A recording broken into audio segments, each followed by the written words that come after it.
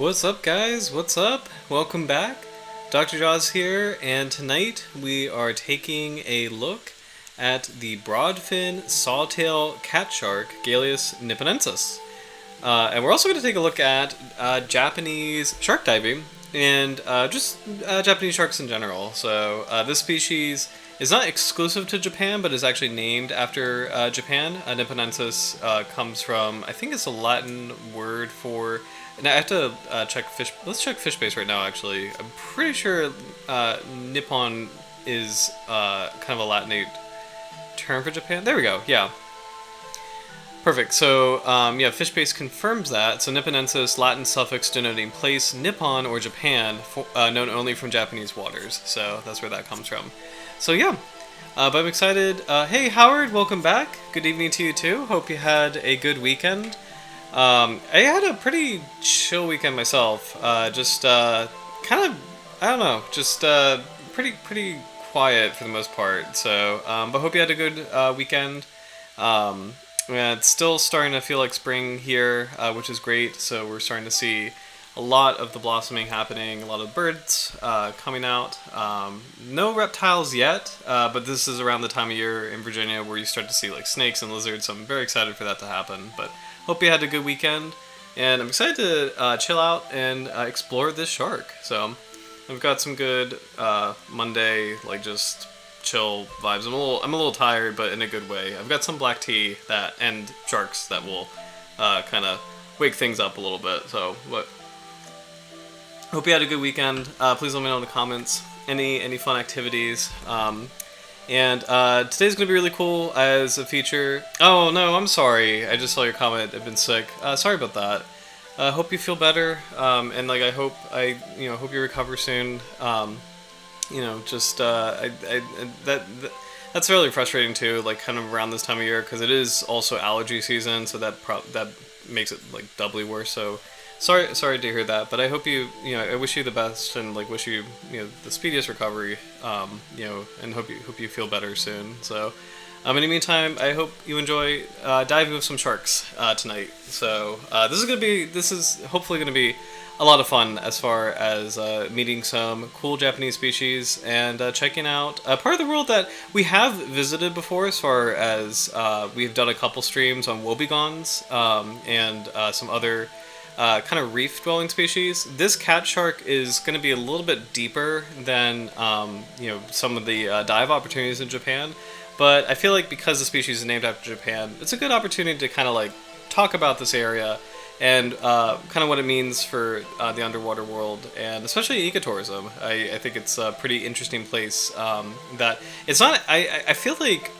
Okinawa is known very well for diving, but I'm curious to explore kind of more about Japanese waters, so we'll take a look. So now I slowed this footage down just to have it in the background for in the intro, but we'll take a look at full speed because we did see a shark pop up earlier, and then we'll kind of narrate. So this is Okinawa right here, very famous location for shark diving, particularly for whale sharks. Whale sharks are a pretty famous species in this area.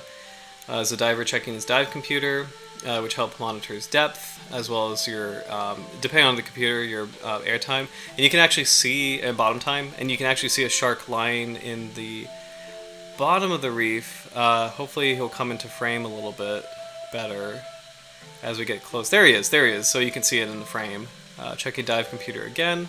And I think we're going to get closer to the shark. So let me know if you know what the species is. I forget if we've had a stream on this particular species, but we've definitely talked about it before. It's a pretty charismatic reef species. And really cool shark as far as like it occupies a pretty unique niche where it is a carcharodonid, but he's not really so much of an open water swimmer. This is a carcharodonid that actually sits on the seafloor and pumps seawater actively over its gills. So, any guesses? And actually, you can kind of see the namesake in this shot too. And these sharks like to aggregate in groups. They have been seen on Blue Planet, and they are pretty voracious hunters, very active at night. Daytime, they like to sleep in these caves or underwater grottos. Which, by the way, is like I think grottos are such a cool feature. There's something like really romantic, inspiring, just like something really beautiful about just like an underwater coral cave. So there's a lot of those features in this area. So it's really cool to see. Like I mean, like look at that. Like look at all these fish gathering together in this kind of like secret part of the world. It's something I personally really like. I think it's really cool. Ooh, Howard, I would love to get my hand on some Japanese shark fossils. Yeah, absolutely. That would be really cool. I actually, I'm not familiar. Let me know like what the fauna is, because I'm not very familiar with Japanese shark fauna, fossil wise, like prehistoric sharks. And then to answer your question for the shark in the shots, this was a white tip reef shark. And you'll see him pop up in a little bit. There he is. So he's a white tip reef shark sitting on a seabed. And then this is a really nice shot of a white tip reef shark cruising by. You can kind of see the white tips from where they get their namesake. So unlike the oceanic white tip, this is a harmless species, very inoffensive, likes to keep to itself, and usually kind of like on the smaller side as far as carcharodid sharks go. Oceanic white tips are the infamous like dangerous open ocean shark, but these white tips, the reef dwelling ones, are very very safe to be with. Actually, probably one of the safest sharks you could probably dive with, really. So. Before we continue with more shark diving, there is one piece of footage on our species, and here it is. Unfortunately, this is in an aquarium, so it's not a wild setting, but at least it's a shot of, this is the Broadfin Sawtail Catshark, Galeus nipponensis. So it's an aquarium setting, and this looks like to be a juvenile. This looks like a juvenile individual. Just the features look a lot smaller. The eyes look really large relative to the rest of the body. Overall, there's kind of more that delicate quality, that kind of... I don't believe this is a full-grown individual. You can barely see him actively pumping water over his gills. And then you can kind of see some interesting coloration. So very dark-looking palette with some dark blotches. This is a deep water species, so this lives in the twilight zone, and I think just the twilight zone. So he doesn't really come up to the surface that much, so it doesn't need maybe as elaborate of a pattern as other catshark species. But what's really cool about the Broadfin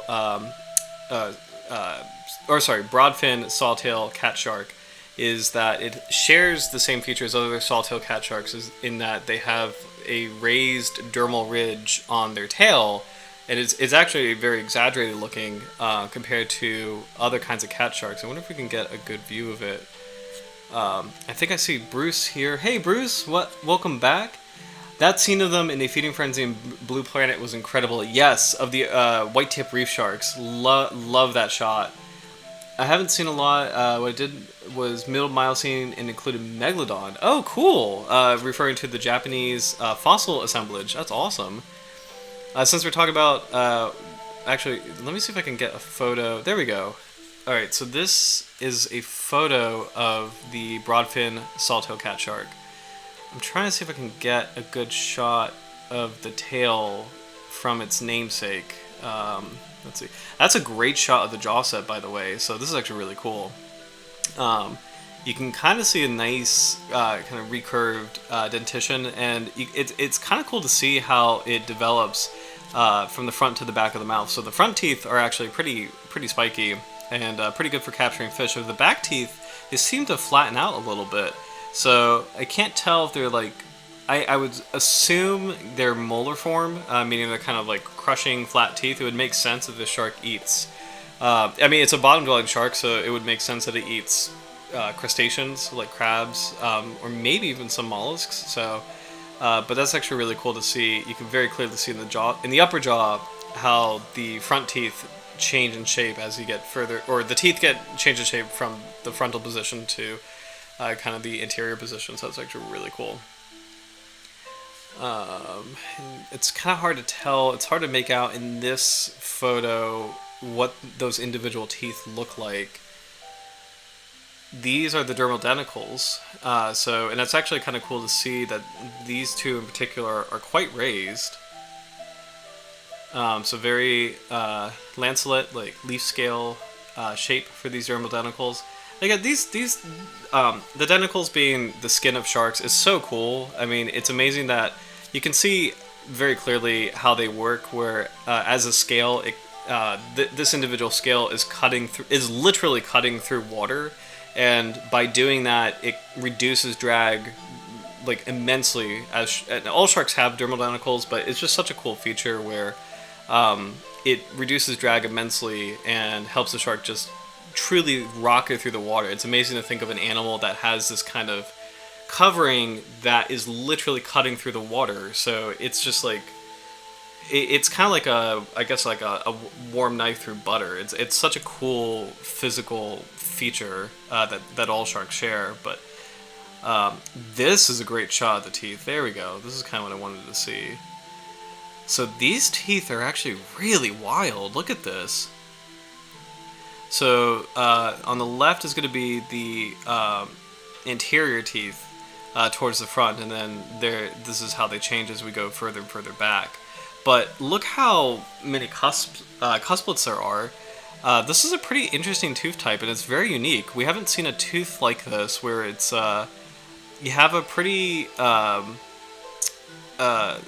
root at like a 90-degree angle almost. So a pretty distinct looking arch on the root, and then you got these two cusplets around a pretty large central cusp. And then as you go back along the jawline, you have more cusplets. So it goes from like this cool like 3-pronged tooth to a 5-pronged tooth. So it's actually a pretty rad tooth shape. So, let's see. And it's kind of cool as you get further and further back along the teeth, how the cusplets actually get larger and larger, and the central cusp gets smaller. So that's actually a pretty interesting change in dentition, where four or five cusplets actually seem to kind of function in the same way as you get further back in the jaw. So that's actually really cool to see. These are some better views of the teeth, so I'm just going to zoom out because I was zoomed in really earlier. So you have front, back, and side. So let me see if I can get a better angle on that. So the left is the... I actually should know this. This is... The left is the lingual side. Okay, so the left is lingual, meaning it's facing the tongue, like language. The right is the labial side, meaning like facing lips, like outward. So this is the left is the inner of the mouth, the right is the outer of the mouth, and then this is the side view. That's right. The left is the facing. If the left faces the inside of the mouth, the right faces outward of the mouth. The center facing outside the mouth, and then the right picture is the side of the tooth. That's right. I need more of this left clearly. But still really cool to see. And it's kind of cool to see how the tooth kind of curves a little bit, like kind of facing out to the sea. It's pretty straight, but then in towards the mouth, there's more curve going on, which makes sense. So if a shark is eating a fish, or like if this shark grabs a prey item, it doesn't want the prey item to like swim out. So it literally is kind of working like a fishing hook. This is actually a better way to show this right here, is this particular side view of the tooth. You see how it curves slightly backwards? So it's actually really cool to see that. Like, sharks are amazing. It's just so cool to see just their physical features and how they function. So, but I was on this because I wanted to try to find the sawtail feature on the shark, and it's kind of hard to find it here. But imagine on the dorsal ridge of the tail, there's actually a pretty prominent ridge of denticles. We did see it in another kind of sawtail catshark a couple streams ago. But there's a very prominent ridge of dermal denticles, and I'm not really sure exactly why that ridge exists, but it's a really cool feature where it literally makes the tail look sharper, and it's actually probably sharper to the touch, hence the name sawtail. So I just thought it was really cool that's how this shark gets its name. And actually, I don't know, it's hard to tell if that's it right there. I wish I had a high resolution photo, so hopefully as we continue, learning more about this particular species, we can get maybe some more footage and photographs of it, and we'll see if we can get a clearer view of its namesake. So, I don't think Fishbase has any photos. It has an illustration, and that seems to be it. It's kind of a detailed illustration, so we'll see if we can see anything in particular. Oh, no, it's not going to show me that, is it? Yeah, it probably, since dermal tentacles, compared to the entire shark's body size, are quite a bit smaller, probably it's not going to show the whole feature, unfortunately. So, but anyway, sorry, that was a little bit of a tangent, so we'll go back to shark diving. Oh, cool, Howard, really appreciate that comment. They look like tiny flames, so I'm going to star that. That's actually really cool. So, and sorry to hear, I just saw your comment on confirming there's a flu, so I'm really sorry to hear that, and hope you feel better soon.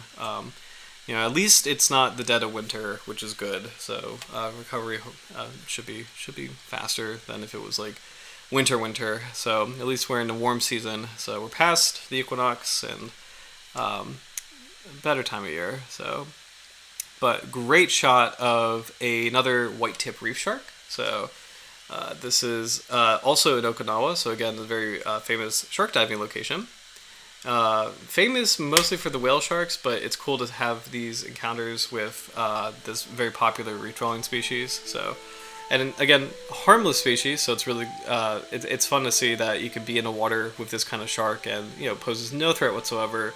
Very impressive specimen in its own right. Has the classic carcharidiform or Carcharididae features, like the prominent dorsal fins and kind of like that cool classic sharky appearance, but completely inoffensive and just such a beautiful species to do a dive with. So this particular individual is very inquisitive. Usually these sharks, again, like to chill out in the daytime. They usually like to be in these underwater caves. They don't want to really swim as a trend during the daytime. They are very active at night and like to conserve their energy during the day. But it's really fun to see that this particular individual paid these divers a visit. So beautiful fin tips on the white tip reef shark. So they're really, really pretty. And I'm actually curious, let me know what you guys think of why certain sharks have colors on their fins. So we have white tip sharks and black tip sharks, and we have also silver tip sharks. So white tips, black tips, and silver tips. And for me, I don't know what the function would be for that. And I wonder if it's maybe perhaps like a mutation, just a mutation in pigment and pigmentation. It doesn't really do anything positively or negatively for the shark. Or it could be something else. It could be some kind of form of communication. We've talked about briefly on the stream that all fish, and I mean all animals really, but they perceive the world in different ways. And fish in particular, there's this really cool theory about coral reef fish in particular, that they see light in such a different way that the patterns that are really beautiful but nonsensical to us might actually serve as camouflage or some other kind of form of communication to coral reef fish. So butterfly fish with like this really cool, like this pattern of a butterfly fish, I can clearly see this yellow butterfly fish with my vision, right? It sticks out like a sore thumb. It's really beautiful. But to a fish's vision, it actually might be expertly camouflaged. So, or it might be not communicating, but showing a wavelength that we can't see, but that fish can see. Whether that's kind of like getting into ultraviolet, infrared. There've been a lot of cool studies of fluorescent lighting and how corals are fluorescent or can emit fluorescent light, and actually sharks, swell sharks, emit fluorescent light. So, long story short, for the fin tips, could be related to that. I'm not sure. I genuinely don't know why some sharks have fin tips. So, like colorized fin tips. So let me know if you let's see. Let me know if you have any theories on that. So Oh, this is cool. Bruce, I believe the coloring may be related to mating, with so many shark species being similar in body shape. Those that had a way to find a mate more easily may have been more successful. I like this theory. That's a really cool theory, and it makes sense too. So that's really cool. And then I'm just hoping it stays cool for April. I have a part-time gig as a crossing guard, and the paving heats fast. Oh shoot, yeah. That would not be fun in the summer. So, if you don't mind me asking, Bruce, I think, correct me if I'm wrong, I think you're American. Do you mind sharing what state you're from? And no worries if you'd rather not. I think Maine, but I might be mistaken. So, and no worries if you're not comfortable. And then I deeply apologize if you are Canadian, and that's I think you're American, but let British Canadian, British Columbia. Okay, I deeply apologize. I am so sorry. Okay, never mind. But British Columbia. What time? When does it get into like the 70s? Typically, is it like May, June? For us, or like for Virginia, it's starting to get kind of warm here, a little bit right now, and usually May is when it really, you know. Thank you, I appreciate that. Thank you, and like, you know, I got you. Actually, yeah, I have. This is my stress mug. So this is my things will work out mug. This is my it's my stress mug. So, but I appreciate that. But yeah, May usually is. Actually, I guess May is like when we get into like the beginning of summer. June is when we really start to feel it. The ocean temperature is pretty interesting here. Where right now it is super cold still. I mean, maybe not freezing, but it's like in the 50s right now. We're starting to see a lot of activity where we're starting to get some sharks coming back. But May is when it really starts to build up. Both in an ocean level, then also I would say in a reptile level. Like I'm a big snake person, and I know some snake species in Virginia start coming out in April, but they really ramp up in May. So yeah, but long story short, I hope the weather remains cool for as long as possible. So, by the way, British Columbia. This is really random, but British Columbia. Yeah, hold on. I'm gonna look up what that means in temperature unit. That actually makes sense. That's true. Here, let me do that too. I would say of all the nonsensical measurements that the United States has, I would say temperature in Fahrenheit is the most absurd. Feet is terrible too. Feet, yards, all that stuff makes no sense. Pounds makes no sense. But I would say Fahrenheit is the worst one because it's not easy. So let me try this. So 54 degrees Fahrenheit is about 12 degrees Celsius. So that's what the water temperature is right now. And then I was asking about 70, so 21 degrees Celsius. So, okay, 70 is around mid-April. Gotcha. So, yeah. Yeah, no, our units are, I remember when I first started to stream, I was really complaining about the units a lot. Because, like, meters make so much sense. I love meters. Like when I'm measuring depth. And actually, on my dive computer, I have it set to meters because it just makes far more sense, you know. Like, feet does not make any sense at all. And pounds versus kilos is relatively inoffensive because at least they're kind of like a one-to-one conversion a little bit. Like, you can kind of convert that pretty easily. But meters and feet is super annoying. And then the Fahrenheit to Celsius is just the worst, the absolute worst. I don't think there's any measurement that the United States has that makes more sense than imperial, like the metric units. I'm sorry, it's not imperial. Sorry, the metric units. The metric units are the ones that make sense. Imperial units is what America uses, except they have a weird version of it, I think, because in the UK they'll have things like stone, which we don't use. I don't know, it's a mess. So metric units is what it all should be. So.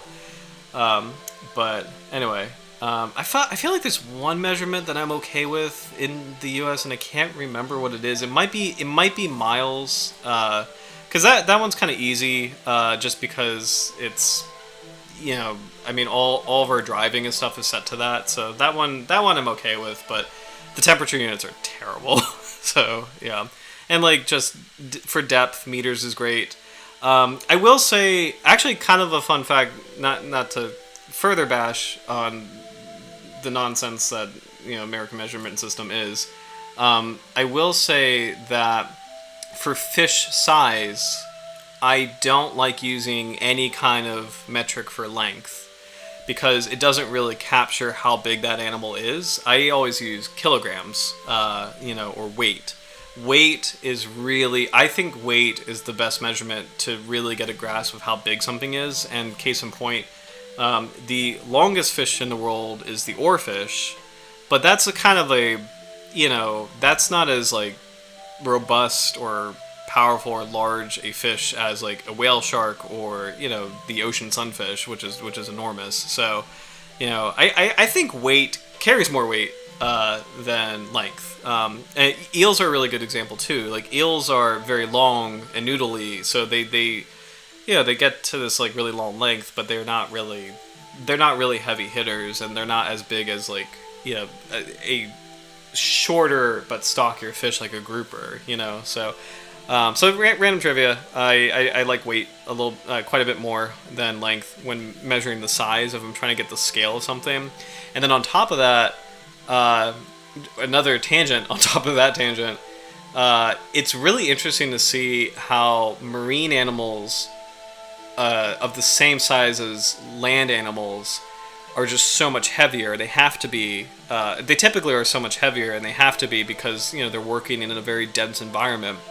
And this is why we have, scientists have to handle sharks carefully when they haul them out of the water, because sharks can get crushed under their own weight. And this is why when whales are stranded on the beach, this is a really big deal, because whales can get crushed under their own weight too. So, but it is kind of fascinating that, you can have something, as long as a tiger, and, something as long as a tiger and a marine equivalent, and the marine equivalent is for sure going to be heavier. Like a tiger versus a tiger shark. And that's not a good comparison, because tiger sharks are actually so much longer and so much bigger. But yeah. But anyway, but you know what I mean. The point is, like, weight, marine animal weight is a lot larger than, or a lot heavier than terrestrial animal weight. So. But speaking of giants, we got a really cool clip of here we go. Fun fact, we use weight for everything at the fish hatchery I work at. I have two jobs specifically because length is not a reliable measure of maturity. Interesting. That's actually really cool. That is super cool. Oh man, I feel seen. That's awesome, actually. Oh, that's really cool. And that totally makes sense.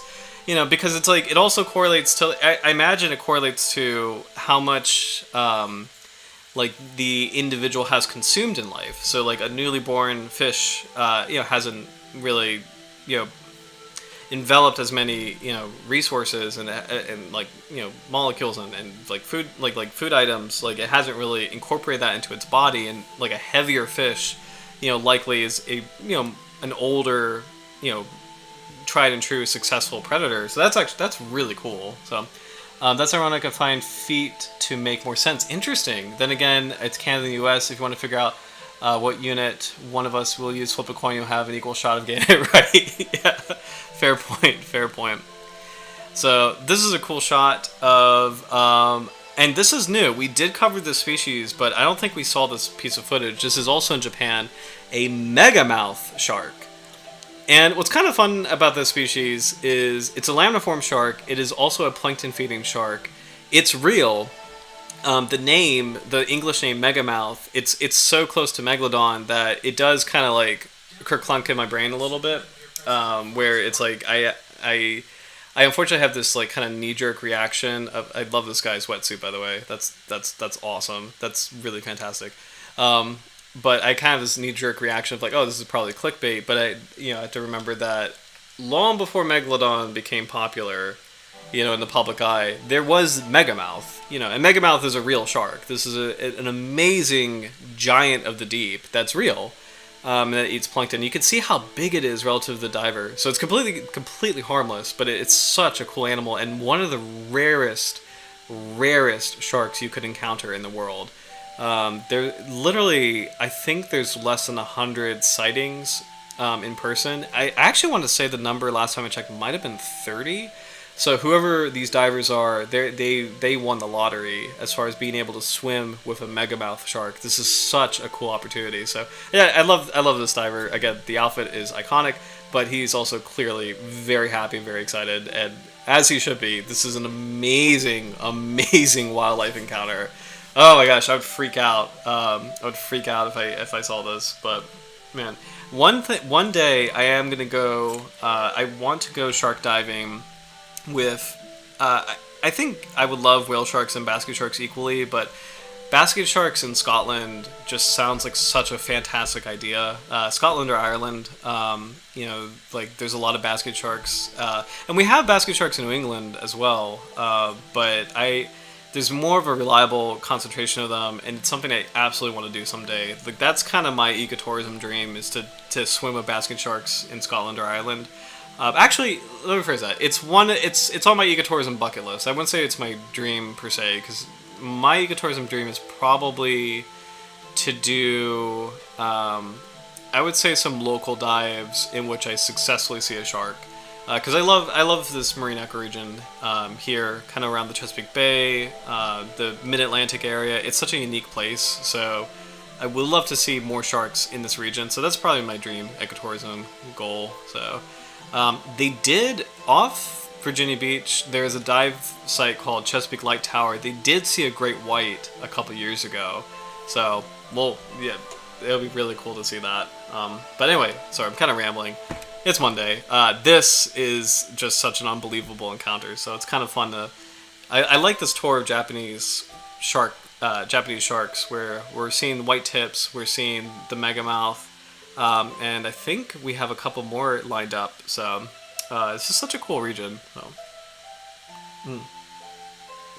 This tea is kind of helping my sinuses. Actually, I'm not getting allergies, but I'm like starting to kind of feel that pressure, So. Oh, this is cool. I just saw your comment. Wait a minute. I definitely want to catch up on this. Hold on. Let me slow the megamouth down as I read Bruce's comment. How do I do this? Oh, is this not? Oh, there we go. Yeah. Alright, boom. Okay. Okay, so egg development, ATU, active temperature unit, the measurement of the temperature of the water at that day. Hotter water makes them develop faster, but opens them up to infection. Interesting.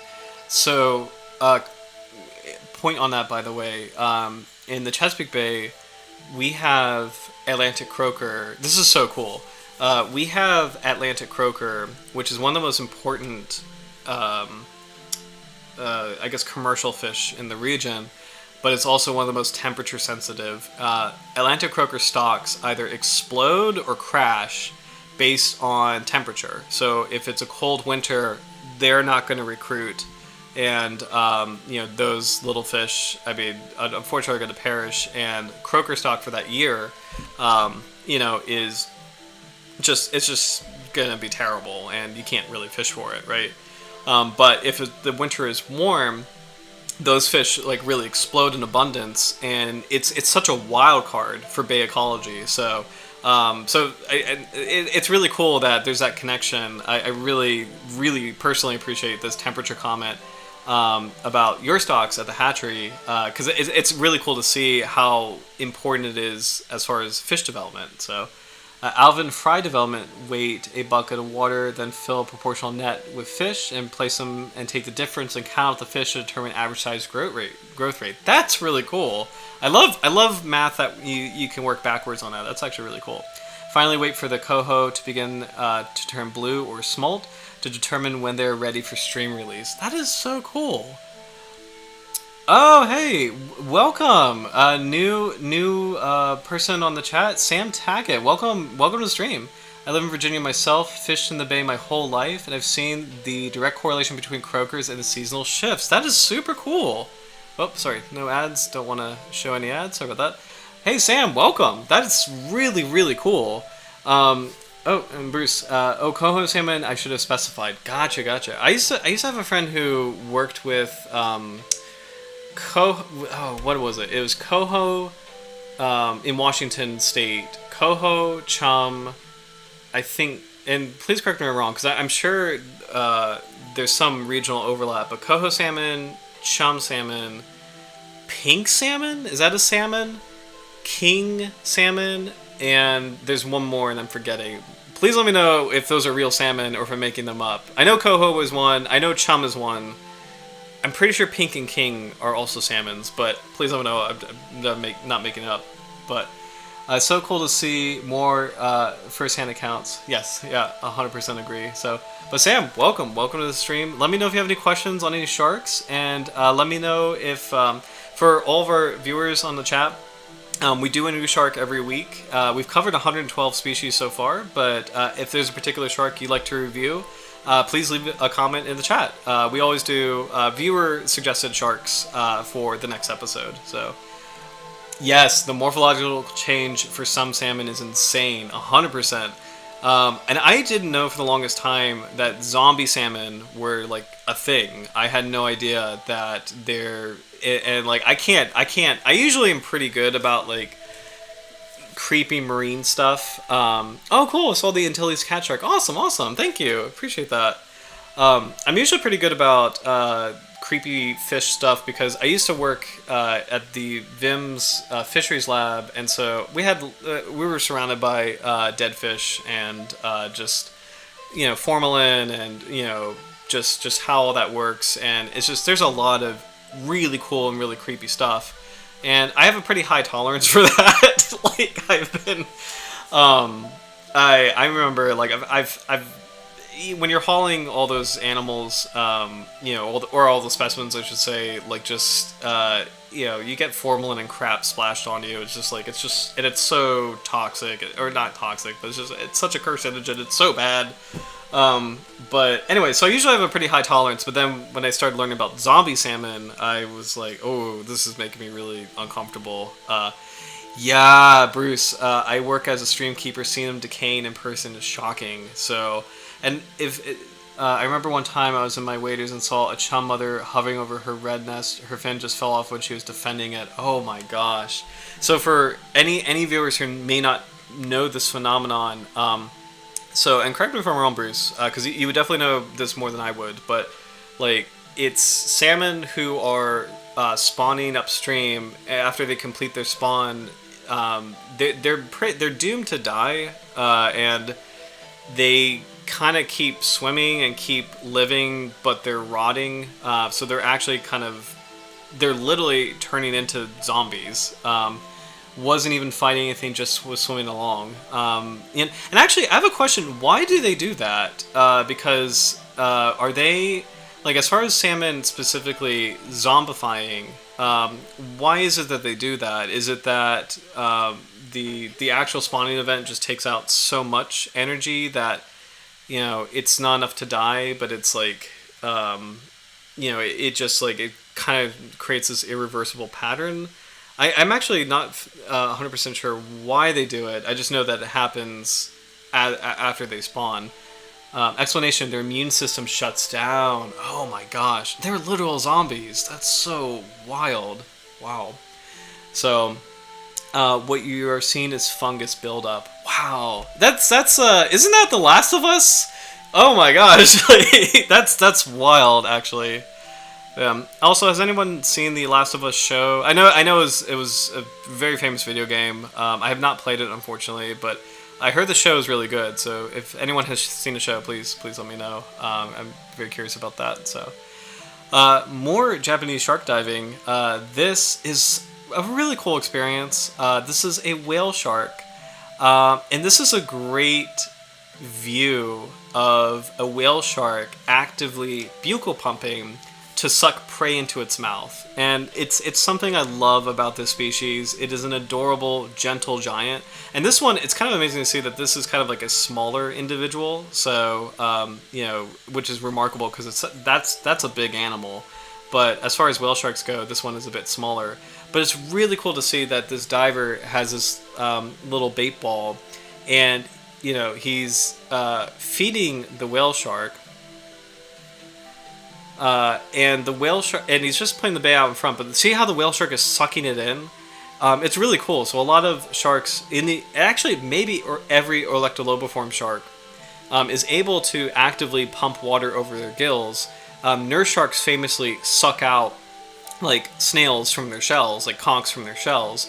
But it's really cool to see their cousin, the whale shark, do the same behavior, but in a pelagic environment, where he's just sucking in all that water, and he's just getting his food. It's just, he's like a vacuum cleaner for food. He's like Patrick Star from that episode of SpongeBob. Like, it's adorable. It's really cool. I also love that. I think that is a whale sucker. So this is a relative of the remora who is on top of his head, who is also clearly benefiting from being fed. So there's actually a lot of cool fish in this shot. I think that's a batfish. I could be wrong. That's a filed fish, and that actually looks like a scrawled filefish, but it could be. Actually, no, that's not a scrawled filefish. Actually no, maybe it is. Because this is Pacific, I don't know how large a range that is. It's definitely a filefish of some type. It's let me go back. Actually, I'm going to pause and see if I can identify fish. And let me know if you guys see any interesting fish species too. So we've got... Okay, so we've got the whale shark right here. This, I think, is a batfish, but I could be wrong about that. And please correct me if I'm wrong. This is a filefish. These guys are actually really cool. They're very... Their skeleton is like very bony, and they have this kind of like smooth skin texture. We have a couple species in the bay, and I want to say this is at least a cousin of a scrawled filefish. It looks like a scrawled filefish because it has like these beautiful blue markings on its side, kind of where it gets the name scrawled. But I don't know how. It's probably a Pacific cousin, because I know scrawled filefish are Atlantic. But so we got filefish. I'm not sure what these thin fish are. I'm really not sure what these are, actually. I want to say jacks, but I could be wrong. And then that's... I am 80% sure it's a whale sucker. Oh, let's see if you can see him. On top of the whale shark's head. Let's see if he comes into frame. There he is.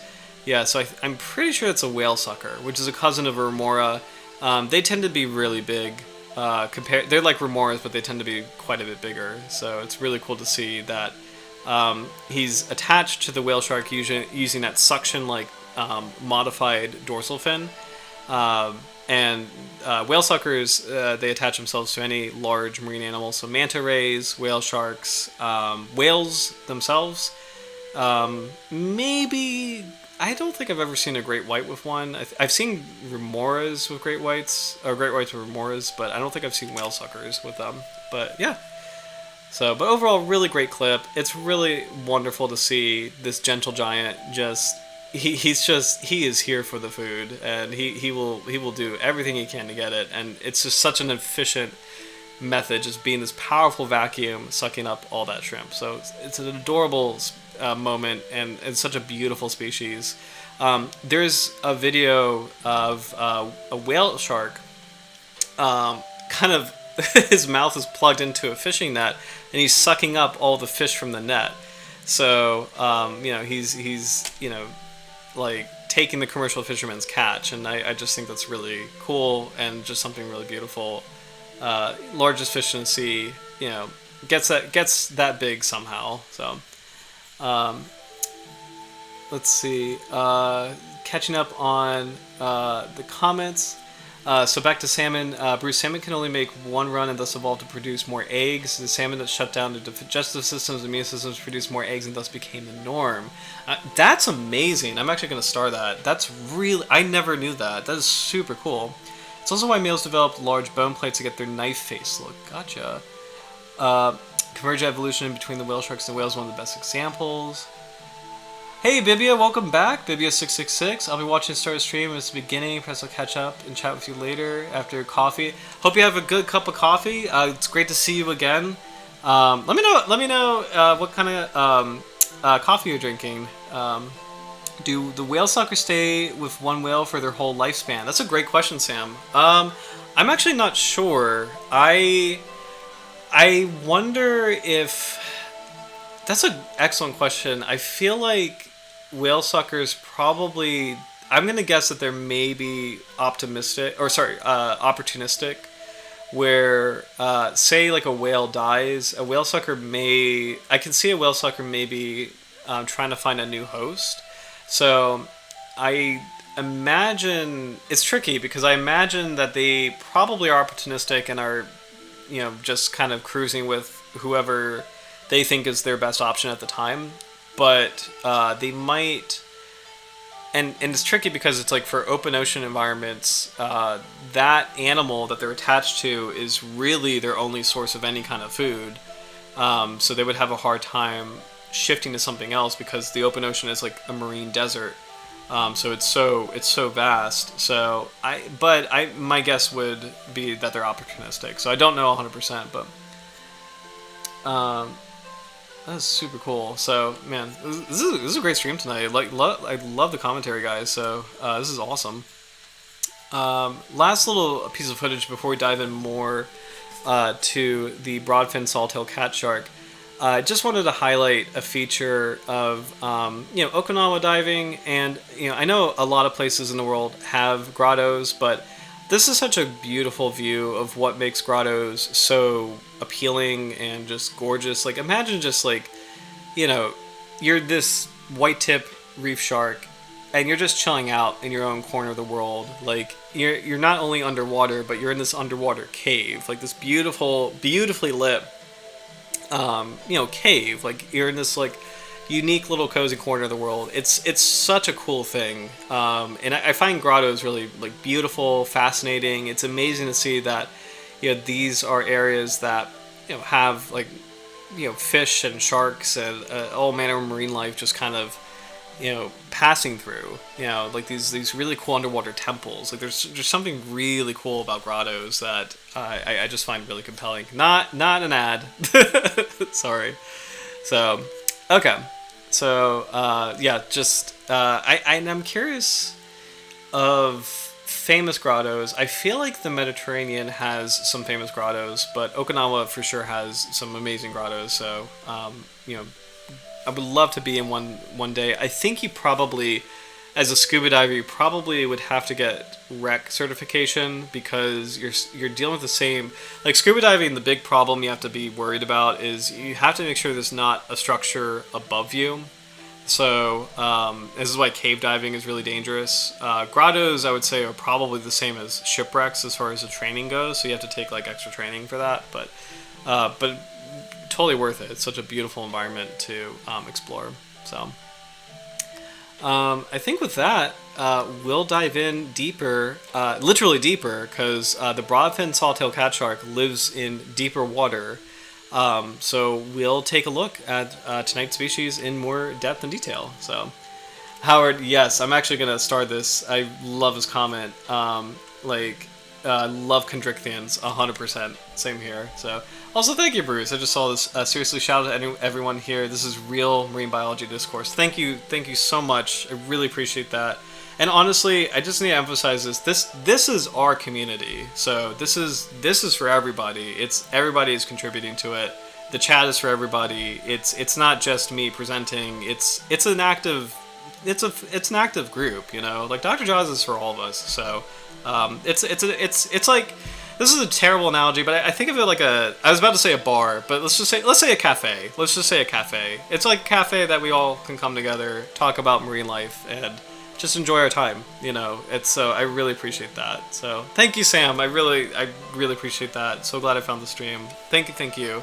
That makes me so happy. Thank you. So, but here we go. Galeus nipponensis, the Broadfin Sawtail Catshark. So Galeus is Latin for a small shark or dogfish, according to Aristotle and others. That's actually really cool that Aristotle has something to do with sharks. The famous philosopher is still with us, like as far as sharks go. I appreciate that the name Galeus has survived, just centuries. It's really interesting, actually. So, and then again, nipponensis.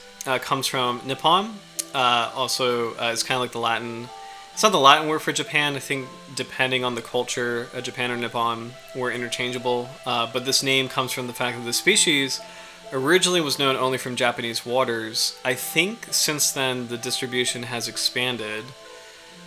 Yeah. So we have Japan, including Okinawa, but then you get into Taiwan as well. So it's a larger distribution, but still, I would say mostly endemic species. So.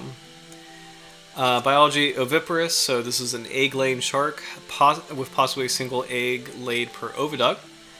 And if I'm reading that correctly, and I'm kind of applying, we'll learn more about the species as we continue, but I'm kind of applying sand tiger shark biology a little bit because sand tigers have 2 uteri, so I'm assuming for this species it would be 2 pups, or 2 eggs. Assuming that they have 2 oviducts, but I might be mistaken on that. So we'll learn more about it as we. Oh no, actually I think I'm right. Oviparous paired eggs are laid. Okay, and embryos feed solely on yolk. Okay, so I think it is 2 eggs. So I'm curious if we'll get a picture of the eggs of this shark species. So we'll see. Let's check out the conservation status. So this species is another least concerned shark. So that's actually really cool to see that this is another shark species that is doing pretty okay. And what's kind of fun is that on the stream, as we're learning more about the less well-known shark species, they're actually seem to be faring a little bit better proportionally.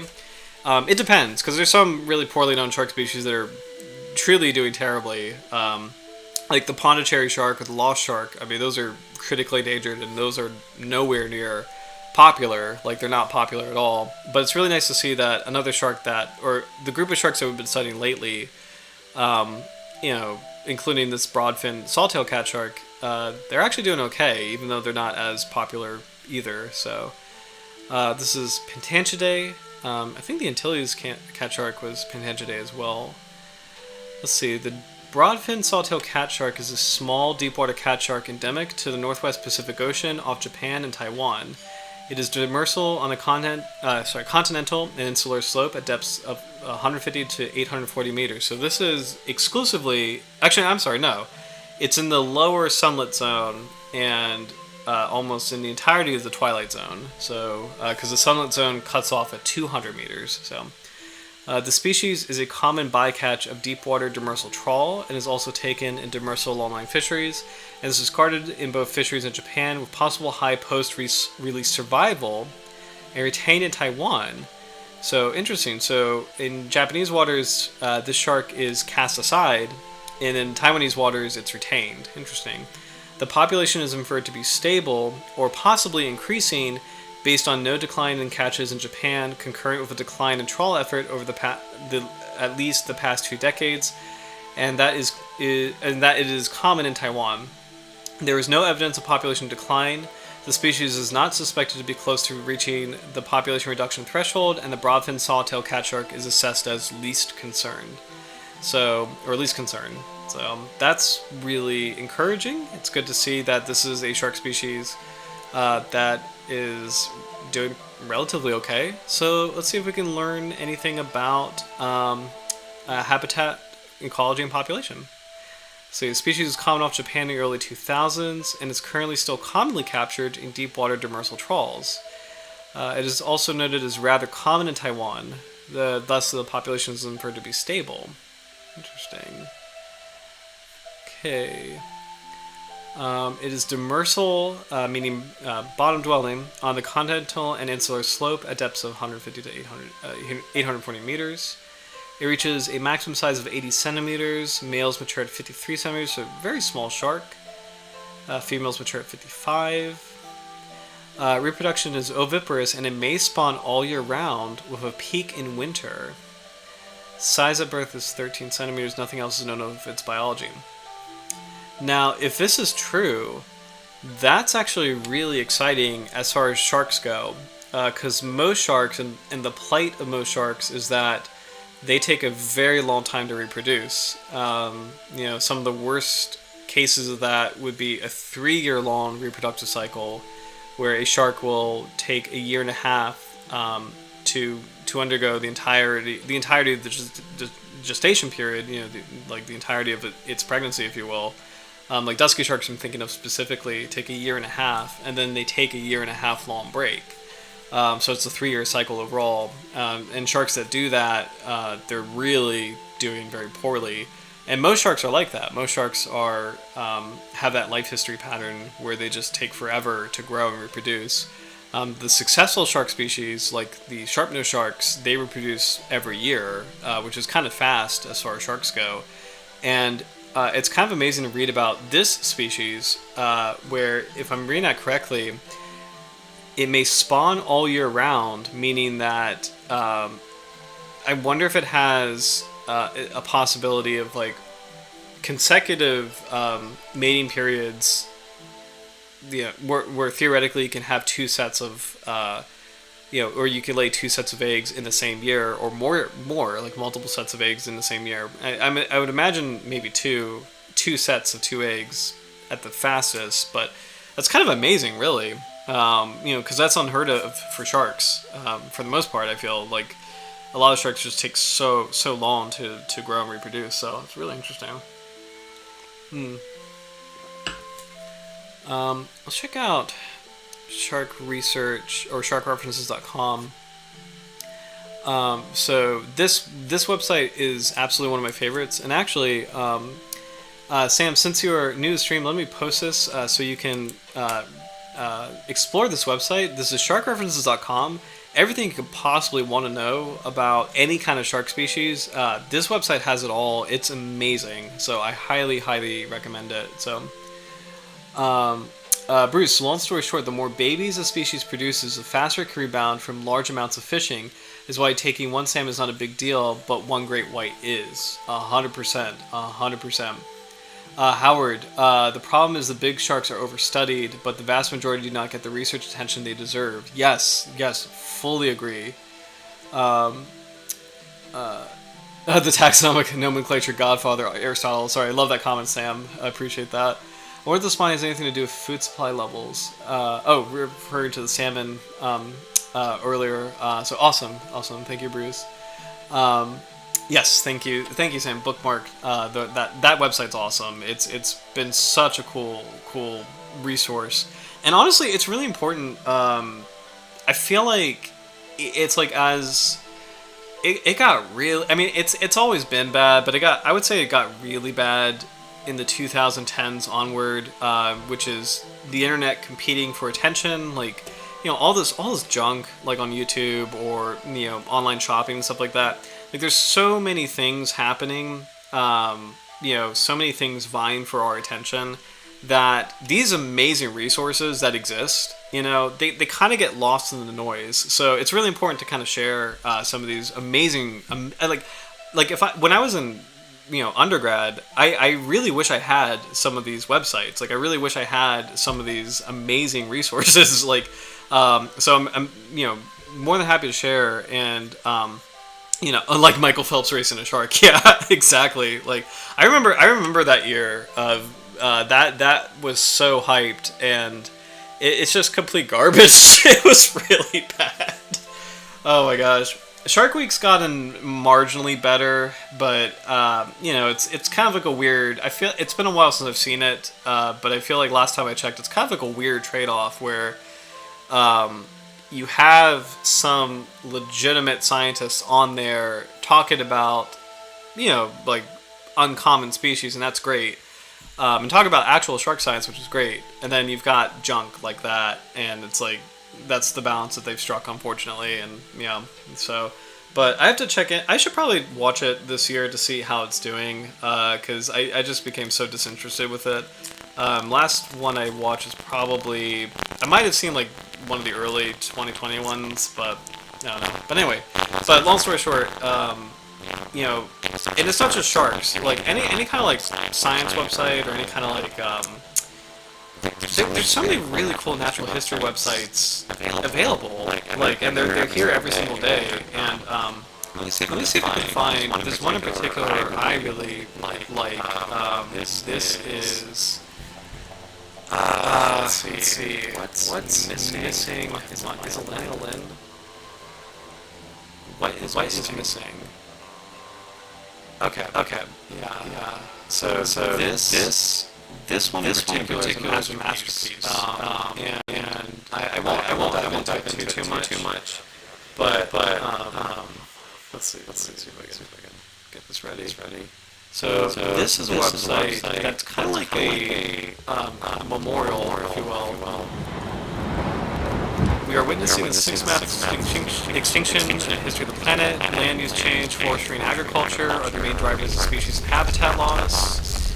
I'm just reading a little bit of it. By restoring and protecting forests, grasslands, and wetlands, and reforming agriculture and forestry practices, we can save the species. It's moving too fast, but basically this is like a repository of conservation stories spanning the globe. And it's a really cool memorial, and I'll put this in the chat, but you can, let's see, we've got options: explore, about, share memory, what if, solutions. Let's do explore, because I think there's a global map that you can take a look at. Let's see, yes, I think this is it. I think it's going to come up in a little bit. But it's basically like this really cool memorial slash... I don't know if my browser is showing this correctly. Oh, whoop, something popped up. It's this really cool memorial to all these different wildlife stories, and I don't know why it's not popping up. Oh, there we go. I see a map now. Oh. Hold on. I want to get this right. It might not be working while I'm doing the stream, so if that's the case, then I will just put this in the chat so that you guys can explore later. But this is a really cool... This is kind of exactly what I'm talking about. I wish I could really showcase this, but this has like a world map of all these really interesting conservation stories. So there we go. So this is called What is Missing. I highly recommend exploring it.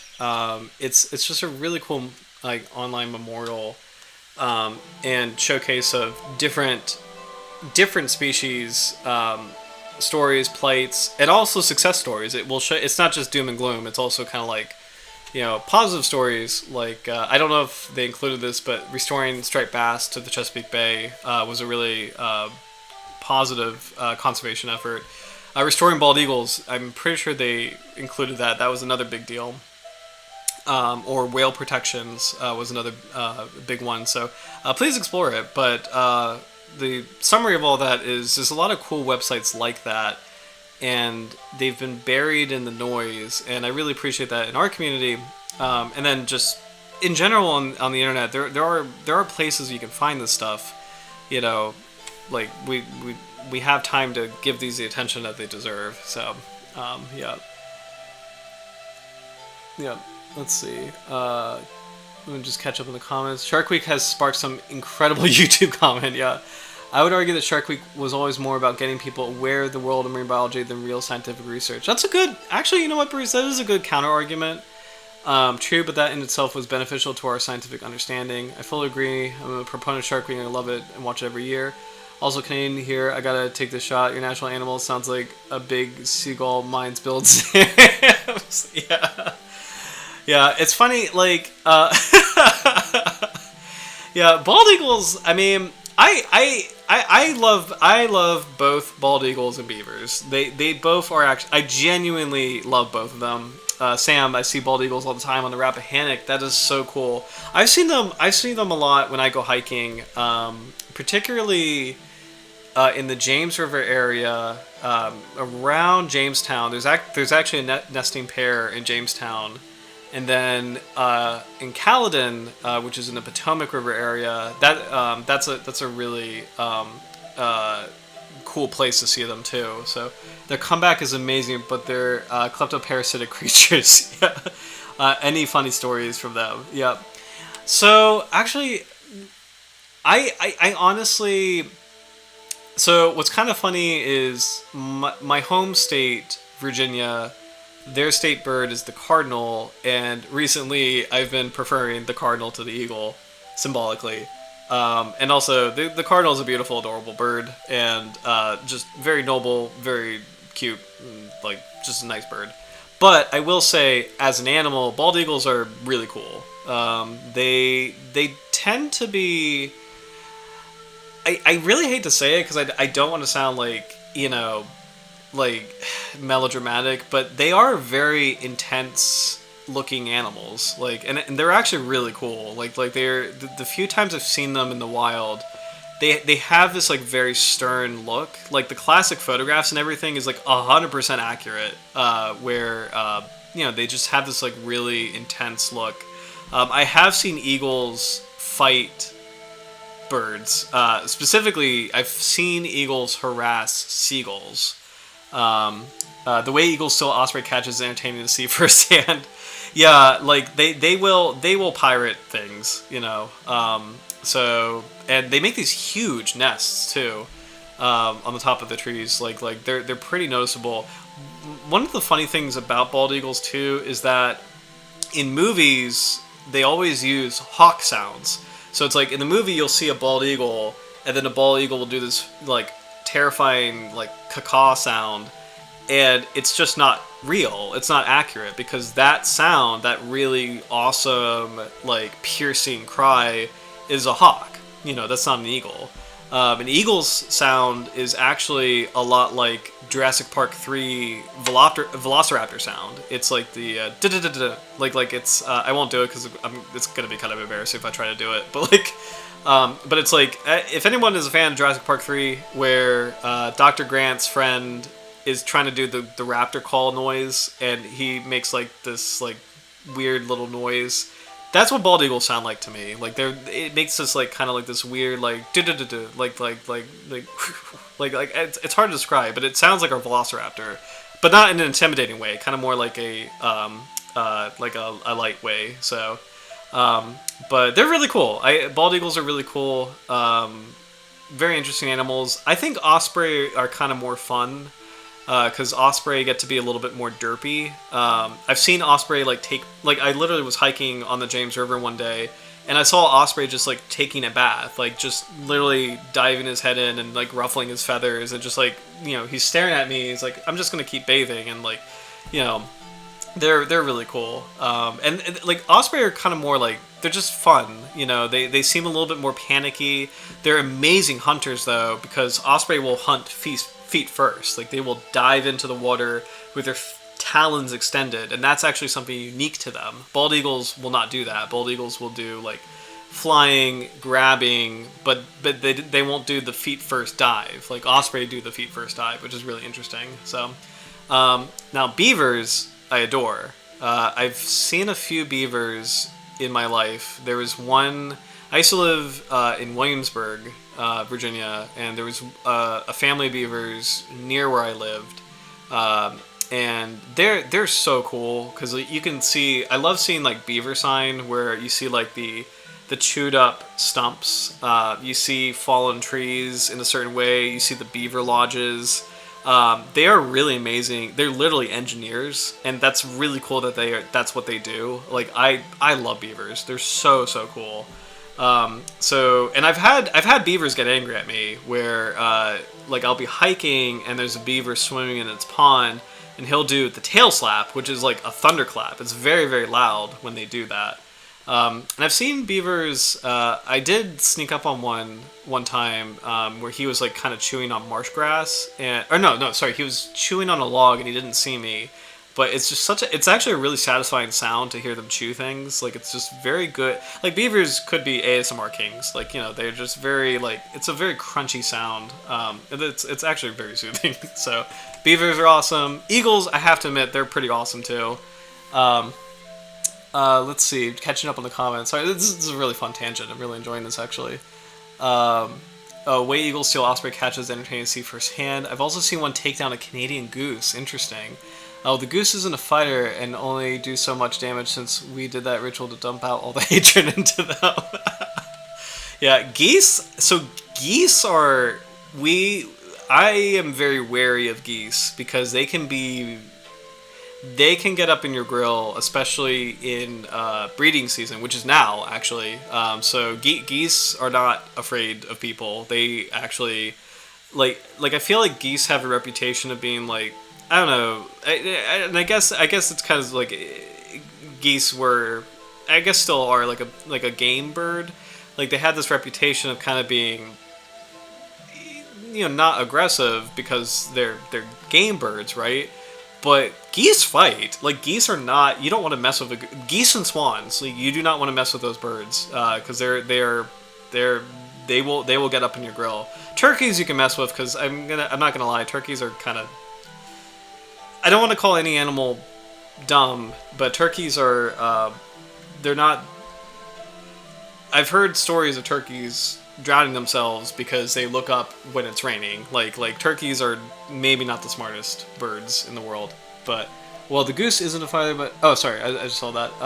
Tail slap is a warning to other beavers in the area. Interesting, and that makes sense. So, and mad swan is nightmare fuel. Yes, I've fortunately never seen one.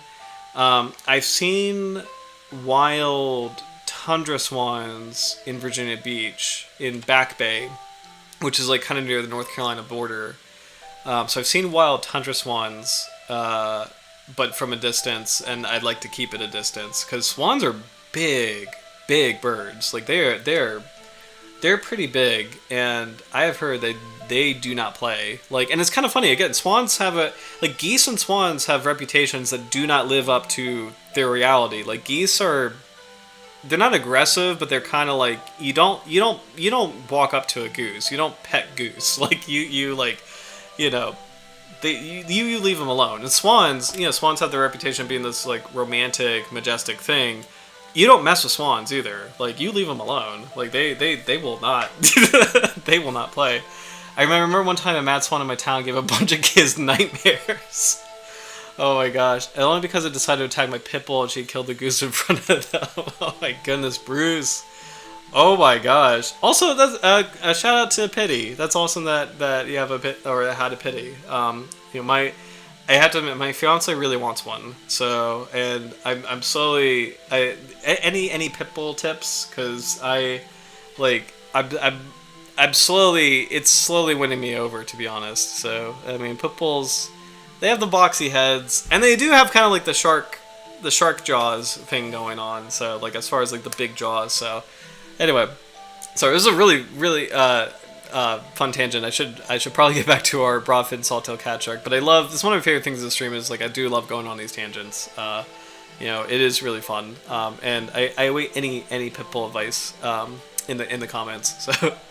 But here we go. The Broadfin Sawtail Catshark. Let's see any other things we can learn about this species. I think this is our last general profile, and then we'll go into more details. So here is the FAO illustration.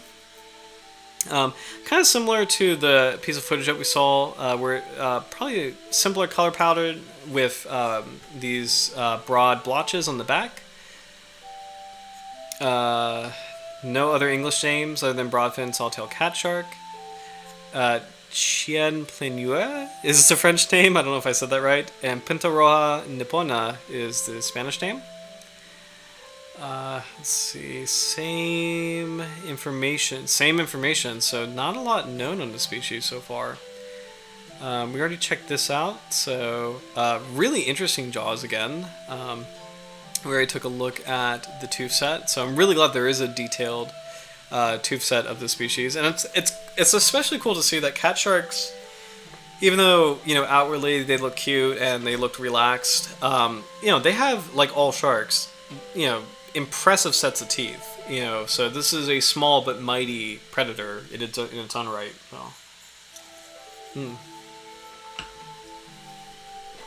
And it kind of reminds me.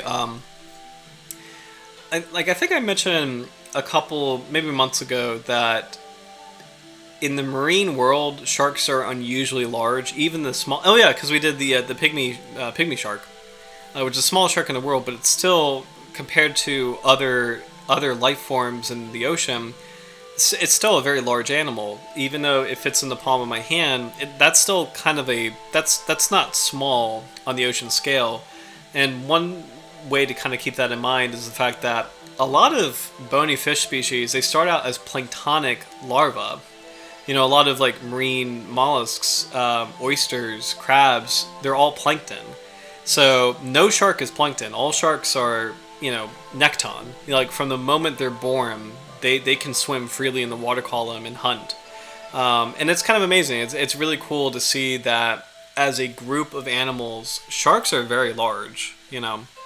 Um, you know, and I don't want to say they're unusually large, but like as an entire group of animals, they're large animals in the marine ecosystem, and it's kind of cool to see that in life stages. Again, none of them are plankton, but other fish species, including some of the biggest ones, I believe tuna are plankton at the beginning of their life. And tuna can be enormous. So it's kind of amazing to see, comparatively, how kind of sharks stack up, if you will. So. This is a publication summarizing the Broadfin Sawtail Catshark for the IUCN Red List. It should be the same information as we saw on the actual IUCN Red List website, but I just want to scan this just in case there's anything else going on here that we may have missed. So, like this, there we go. So in Japanese, the name is Nihon-yamorizame. Yamorizame.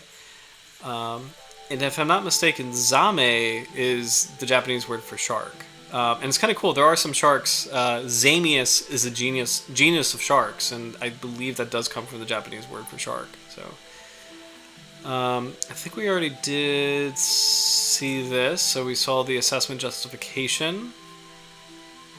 We saw the range on the IUCN Red List website. It's kind of cool to see that it is in this belt, if you will. You do have this island south of South Korea population there, but you see most of the population is this contiguous belt stretching from southern Japan to Taiwan. So pretty interesting to see that. We already read that. Nothing else is known of its biology, so this might be kind of a rare species in need of more research.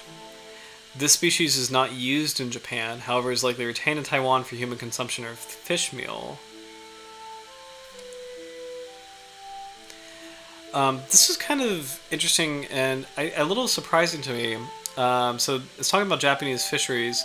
Demersal trawl fisheries effort has decreased markedly over the last 3 decades and is continuing to decline, mostly due to the significant decline in the numbers of fishers and vessels participating in the fishery as fishers age and a lack of young people move into the industry.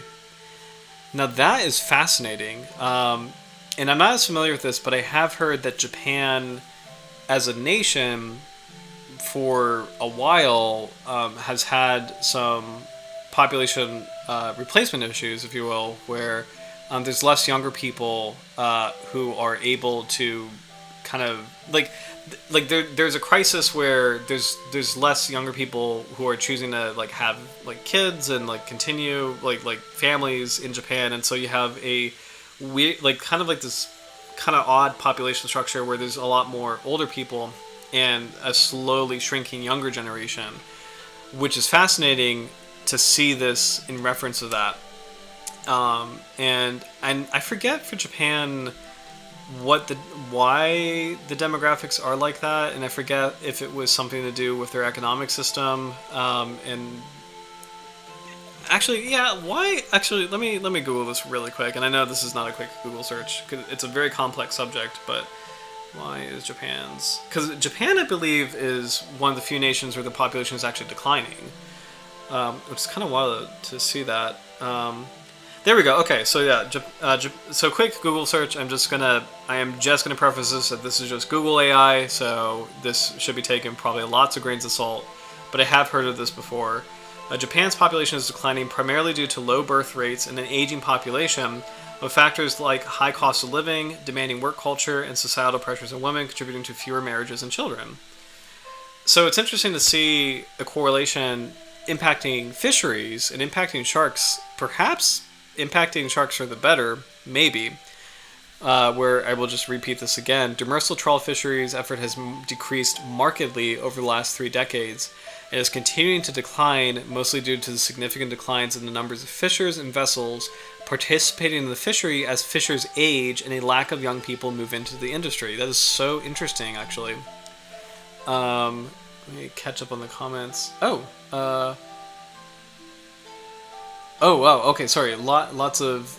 Okay. I have to remember this. Okay. Highly recommend the short coat pit bull. It means they handle summer very well. Gotcha. Other things I could add would be that due to the shift in companion animal, they have had aggression largely bred out of them. But you're getting a puppy, get it socialized, and have it exposed to as many situations as possible to ensure they're not reactive. Howard, you need to be in command of pit bulls. They're very loyal but stubborn. I agree. Love mastiffs. Some of the best dogs out there. Long story short. Oh, there we go. Sorry. And also, thank you. I am going to remember this diligently because again, my lovely fiance really wants one, and I think it's in our future. So I really appreciate it. Long story short, Japan went from a larger rural population to a more city-based life. Interesting. So. I don't know if anybody, I don't watch a lot of anime, but there is and this is not anime, but it is Japanese animation, which is Agretsuko, and that's a great show featuring Japanese work culture and some of what we're kind of talking about. So I highly recommend it. Let me make sure. I'm pretty sure it's on Netflix. It's like a Netflix produced show, but I'm pretty sure it's Japanese in origin. So let me make sure about that. So, oh, interesting. Sam, Japanese history is what I've spent my life studying. Surprisingly enough, from the Jomon period, very cool, to the Sengoku period. You are absolutely correct. Interesting. Okay, Agretsuko is Japanese American. Sorry, Japanese American anime. So that is really interesting. And like, what are the? If you don't mind asking, like, what are the dates? Because I've heard of Jomon period before. I remember I used to study a little bit of East Asian art in college, and I think that's an older period. But correct me if I'm wrong. But I used to do kendo in college briefly, and then Shonryu karate when I was really young, and that's actually based in Okinawa. It's a slightly different style of karate than I think like the popular karate, like the more tournament kind of karate, like Karate Kid karate, is not the same style as Okinawa, or like Shonryu style. So. But that's really cool. Yeah. If you don't mind me asking, I'm curious about the dates. Like the Gregorian calendar dates. Just for the Jomon and Sengoku period. I guess I could look that up too. Sorry, hold on. Sorry, that's really fascinating. So Jomon period. Okay, Jomon period is 1400 and a time between 1400 and 300 BC. Sengoku period. That is really cool, Sam. Sengoku period, Japan. 15th and 16th centuries. I'm sure. Oh, there we go. Yeah, and then you have the Yayoi period. Have you ever seen? I'm curious what your thoughts are, because I think this is a mostly well-received movie. I really like this movie, but have you seen The Last Samurai? Which is an interesting period piece documenting the transition between some of they're documenting like the pre-modern Japan, if you will, like pre-industrial Japan, or like the transition from pre-industrial era to industrial era. That's a really interesting movie. I'm not sure what the discourse is on it now. It's very loosely based on a French, I think it was a French officer who was in Japan and it's about the Boshin War. Gotcha. So I think the history behind it's very, very, very loosely based on a French officer who they unfortunately replaced with Tom Cruise, but it was a French officer who joined the samurai. Gotcha. So, yeah, that's a really interesting movie. I do like that movie quite a lot. So, and if anyone hasn't seen it, I highly recommend it. It's a pretty cool story. And really interesting. I really like the exploration of some of the cultural elements like Bushido, which I think is I just think it's really cool. Like, so that's really awesome. So I love that. I mean, this cat shark is based in Japan. It's we're opening up the doors for Japanese shark diving. But I love that this has turned into like a Japanese, in general like a Japanese shark night. So that's awesome. That's really cool. So I'm glad you joined this stream, Sam. This particular one that lined up really well actually. So really cool. Let's see. So we talked about declining population. Let's see. Trawl fisheries are also strictly managed to limit effort with spatial and temporal closures. Deepwater dropline fishery for splendid Alfonso operates around the islands and seamount south of Sagami Bay at depths of 400 to 800 meters. Post-release survival is unknown, but is high for other cat sharks taken by trawl fisheries.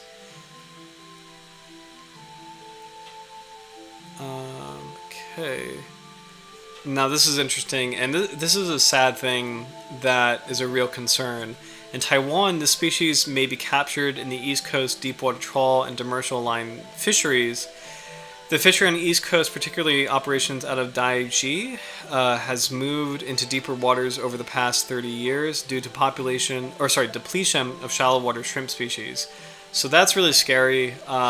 One trend over the past century, maybe longer, actually not the past century, probably longer, is the overall fisheries trend is boats being able to go out farther, to have longer time at sea and to have deeper nets, like to go out farther and deeper. And it's really sad to see the depletion of a shallow water species, and that as technology develops, you can get further and further, deeper and deeper, and it's just sad to see that the shallow water resource is depleted, so that fishermen are going after a deep water resource, which takes, like, those animals are not used to rapid regeneration.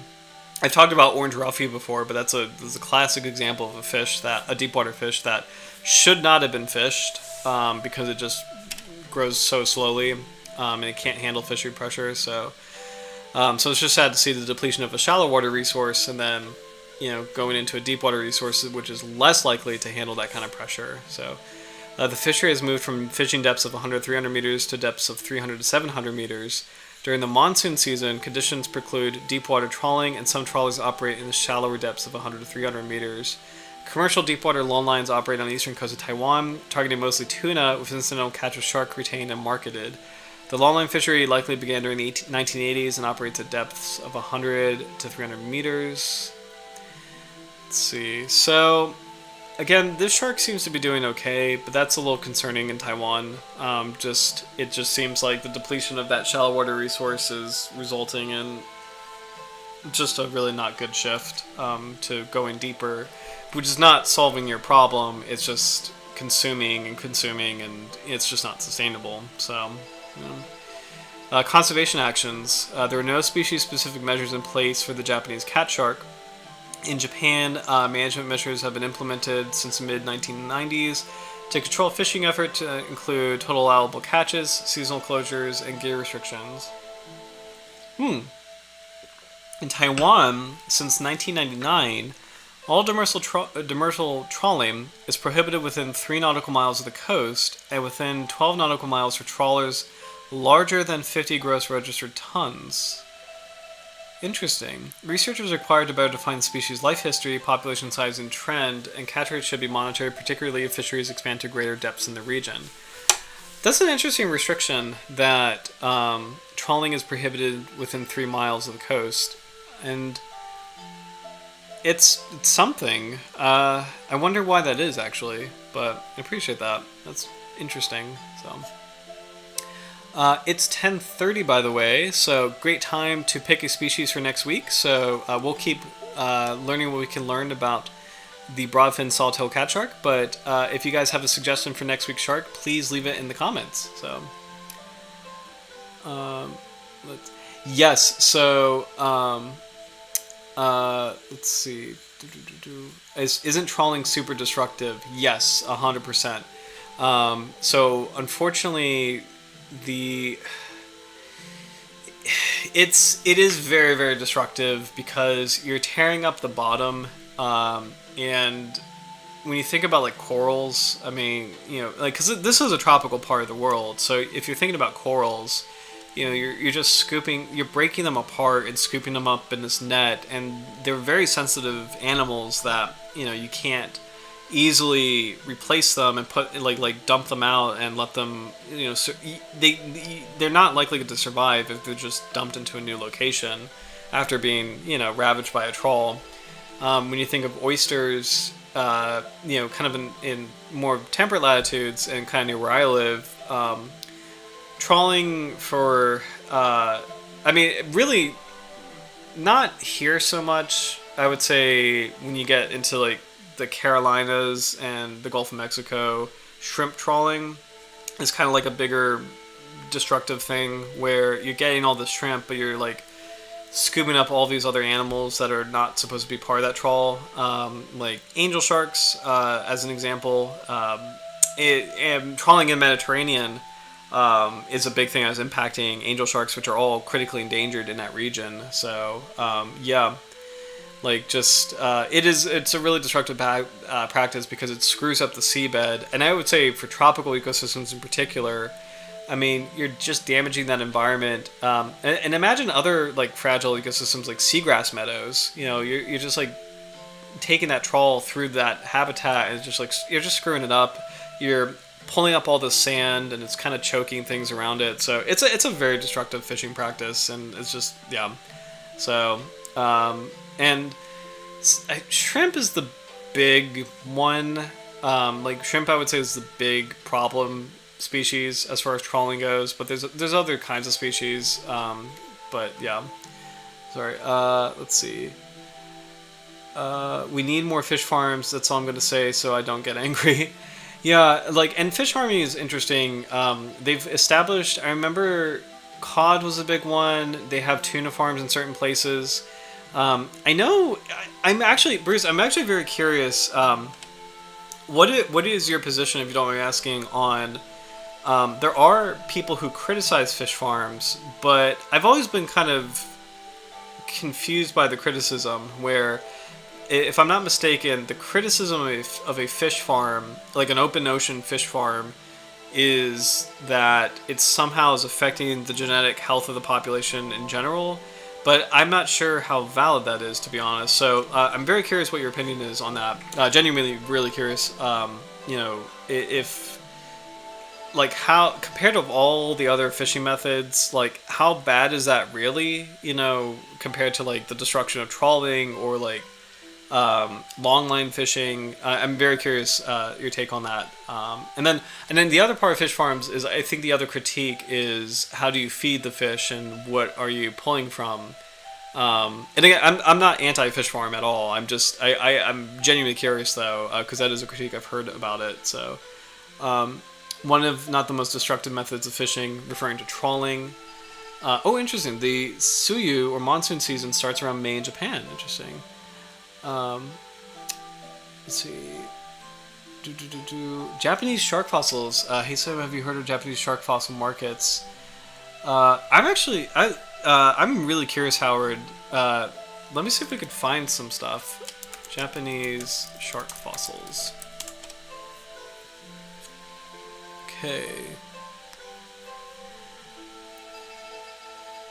Let's see.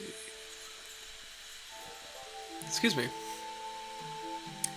New species of fossil hybodontiform shark identified in Japan. So this is cool. Parvotis omine conensis. Omine conensis. So And I think, wow, that's actually really cool. So late Triassic shark teeth here. That's unbelievable. That's early, around the time of the early dinosaurs. So that's actually amazing to see shark fossils from that period of like some of the first dinosaurs. So, yeah. Oh, hey, Bibia, see you next week as well. Yeah, I hope you have a great rest of your week, and I hope you enjoyed your coffee. Like I myself am a huge coffee fan as well, so cheers to that, and hope you have a great rest of your week. Thank you for joining. Also, love this dumb. I usually hate the ads, but I love this dumb little one. The world's most famous ring, the One Ring. So, one ring to rule them all. This is a cool, beautiful illustration of the different species. It's the same group of sharks, the Hybodontiforms, which actually are Hybodonts. I always get confused on this, and I think, Howard, you know this. Are Hybodonts sharks or chimeras? Because this looks very sharky, but I don't know if that's a true shark, because modern sharks are from the Jurassic period, I want to say. Like the Neoslachians, I believe, are Jurassic, so... But actually, this is a really cool illustration because it includes turtles. So one of the ancient reptiles. Turtles are actually really cool. I think that's a kind of mosasaur in the back, and then a plesiosaur. So, but actually, you know what? I should be able to look this up anyway. Hybodontiforms. Cool group of animals. Shark-like cartilaginous fish. Eucelachi. So it is a shark. These are sharks. Okay. So this is Hybodonts are classified as shark. Oh, Howard says chimeras, I believe. Interesting. Let's see. It might be under debate, actually. Taxonomic history. Hybodonts were first separated from living sharks in 1911. Although historically argued to have a close relationship with the modern shark order Heterodontiforms, this has been refuted. Hybodontiforms are total group Elasmobranchs and the sister group to Neoselachii, which includes the modern sharks and rays. Hybodontiforms and Neoselachii are grouped together in the clade Euselachii to the exclusion of other total group Elasmobranchs like Xenacanthiforms. Hybodonts are divided into a number of families, but the higher level taxonomy of hybodonts, especially the Mesozoic tax, is poorly resolved. Interesting. So you might be right, Howard. I feel like Euselachii is different from the chimeras, though. Let's see. Let's check out Chondrichthyes. By the way, another shout out to Wikipedia. I love that Wikipedia is the classic, like, don't use this. Like, I love that that Wikipedia is the classic, like, don't use this, it's so unreliable, blah, blah, blah. But it's so well organized, and it's actually a good, like, little starting point to get to the heart of something. And on that note, Wikipedia has a really well organized classification system when you read animal articles, and I just think that's really funny. You even have a temporal range over here, like, you know, like the fossil record of a group of animals. So, for example, cartilaginous fish, you can see that it's 439 to 0 million years ago. You have examples, both modern, mostly modern, sharks, rays, chimeras, and then ancient. And then you have their classification right here. So, and this is what I wanted to see. But this is not really helping with... I'm trying to find Euselachii, and this is not really working. Because this is just showing the modern orders. But anyway, shout out to Wikipedia for actually being hilariously accurate-ish. You know, it's actually pretty helpful. All right. Okay, so here's Elasmobranchs, and then here's Holocephali. So these are the chimeras and several extinct clades. So let's look at Elasmobranchii. And I think the Hybodontiforms are in here. So I think Hybodontiforms might technically... Yeah, they are. So I think Hybodontiforms might be technically sharks. but it is debatable. So this one was actually really tricky. So, but pretty interesting. Oh no, no worries. I just saw your comment. Oops, my bad. No worries. Like, oh hey, I have some nice dorsal spines. That's really cool. And no worries. Shark classification, as we all know, it's even living species. It's really difficult and so chaotic. So yeah, like no worries at all. So let's go back to, I think we did review the revision of cat sharks. I want to see if there's a cool article that has more information on our species, like this one. This actually works really well. So, reproduction and food habits of two species of sawtail cat sharks, Galeus eastmani and Galeus nipponensis, in Surga Bay, Japan. This is by Taku Horie and Sho Tanaka. This study provides information on reproduction and food habits of Galeus eastmani and Galeus nipponensis in east and west of Surga Bay. A total of 731 Galeus eastmani and 754 Galeus nipponensis were sampled by commercial bottom trawlers in 1981 and 1989 and 1992 to 1996. Size and sexual maturity of both species of Galeus differed between the former and latter period. In Galeus eastmani, maturity sizes of females from the east tended to be smaller than those from the west. Both species had laid large yolky ova the year round. Both species preyed on a wide variety of marine organisms, mainly osteichthyes, so these are like bony fish, cephalopods, so squid and octopus, and crustacea. Foods of Galeus eastmani differed between the east and west by season.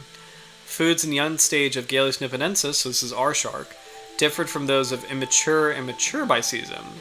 Body size of the young Galeus nipponensis was similar for mature Galeus eastmani. However, the young fed on different organisms from Galeus eastmani in the east. Both species were voracious and opportunistic feeders. Okay.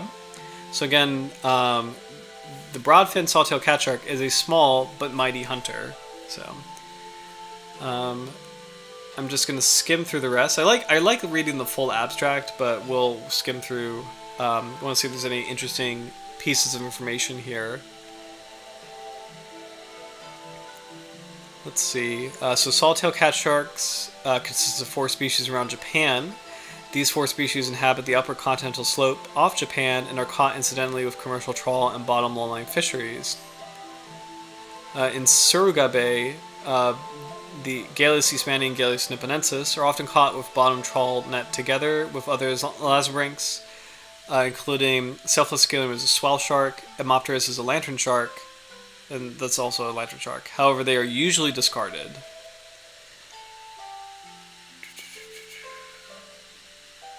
Cat sharks are the 3rd most numerous groups of Japanese sharks. Biological information on Galeus is merely limited to classification. The reproductive mode of both species is oviparity, which is egg-laying, and the reproductive cycle is unknown. There have not been specific studies on their reproduction or food habits. Okay, and we'll just kind of skip ahead to discussion. So there's more in-depth fishery science.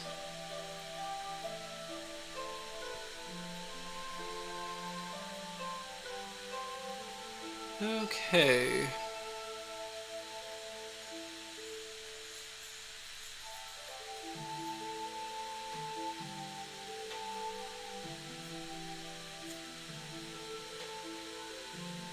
Males tended to prey on more various species than females. And that's kind of interesting because usually for sharks, females are larger than males typically. Presumably, you would assume that females maybe eat more, or, you know, like if anyone was a generalist, I would imagine it would be female sharks, not male sharks. So that's kind of interesting to see that.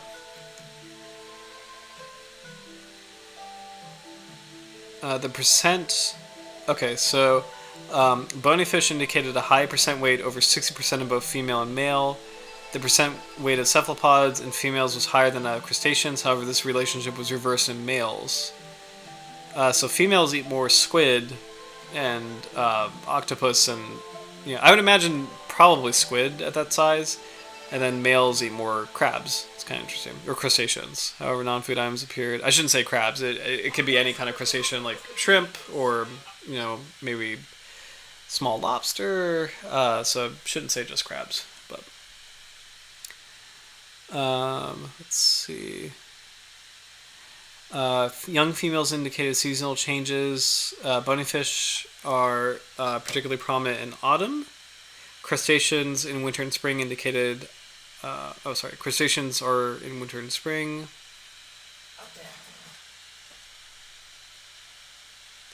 Let's see.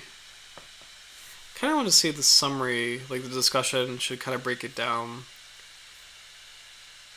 But it's kind of cool to see like differences between sexes and sharks as far as some sharks actually have physical differences, and it's kind of cool to see that some sharks have behavioral differences too.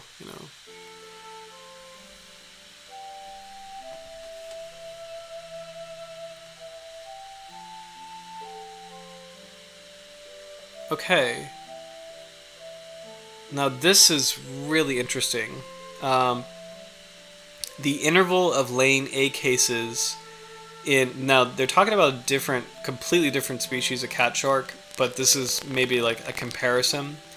The interval of laying egg cases in Scaleronidus radifer, which is the chain cat shark, range from 14 to 17 days for the mean rate. Large yolky ova of both species of Galeus with egg cases would be ovulated again after a few weeks. So that's really fast. Let's see.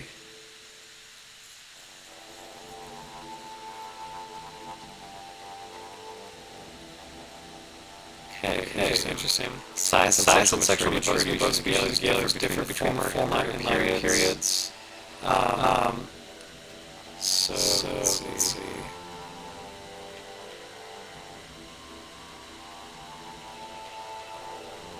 Okay.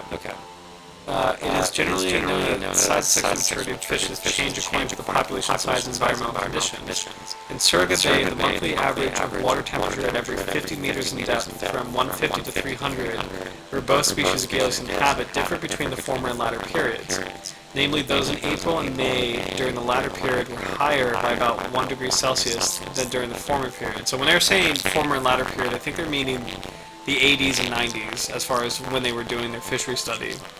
Size and sexual maturity of Musculus monazo, so this is a kind of smoothhound, tend to become larger with the decline in water temperature. The change of maturity, and it's kind of funny. This is bringing this discussion all the way full circle because we were talking about how water temperature affects fish development at the beginning of the stream. So, the change of maturity in both species may be caused by the change in physical environments. However, further investigation of both biological and environmental information is needed to elucidate the variation. Female Galeus usmani collected off Kochi possessed a fully developed ovary and shell gland over 368 millimeters, and female Galeus nipponensis also had fully matured gonads over 556 millimeters. The minimum size of mature individuals of female Galeus usmani in the west and female Galeus nipponensis Surrogate Bay was almost the same as the size of sexual maturity in both species from Kochi. Okay, I'm gonna just skim through this part.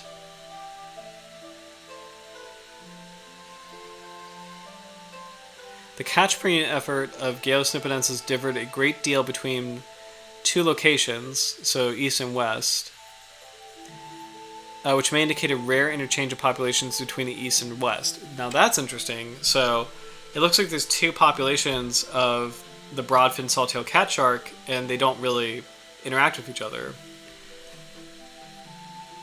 Which is really cool, because that could indicate, as time goes on, and a lot of time goes on, like huge amounts of time go on, like millions of years, like speciation maybe.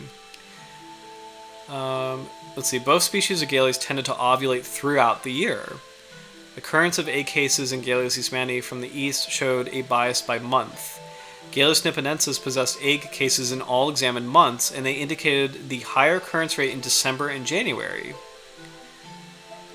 Scaleronidus canicula belonged to the Scalorinidae as Galeus, and that's not accurate now, but we'll put a pin in that.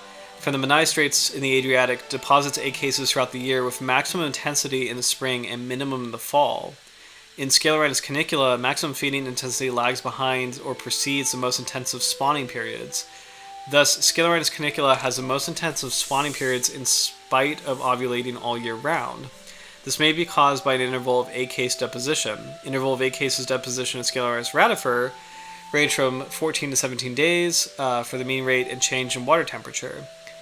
Galeus sauteri, this is a new species, inhabits the bottom layer where water temperature remains constant throughout the year.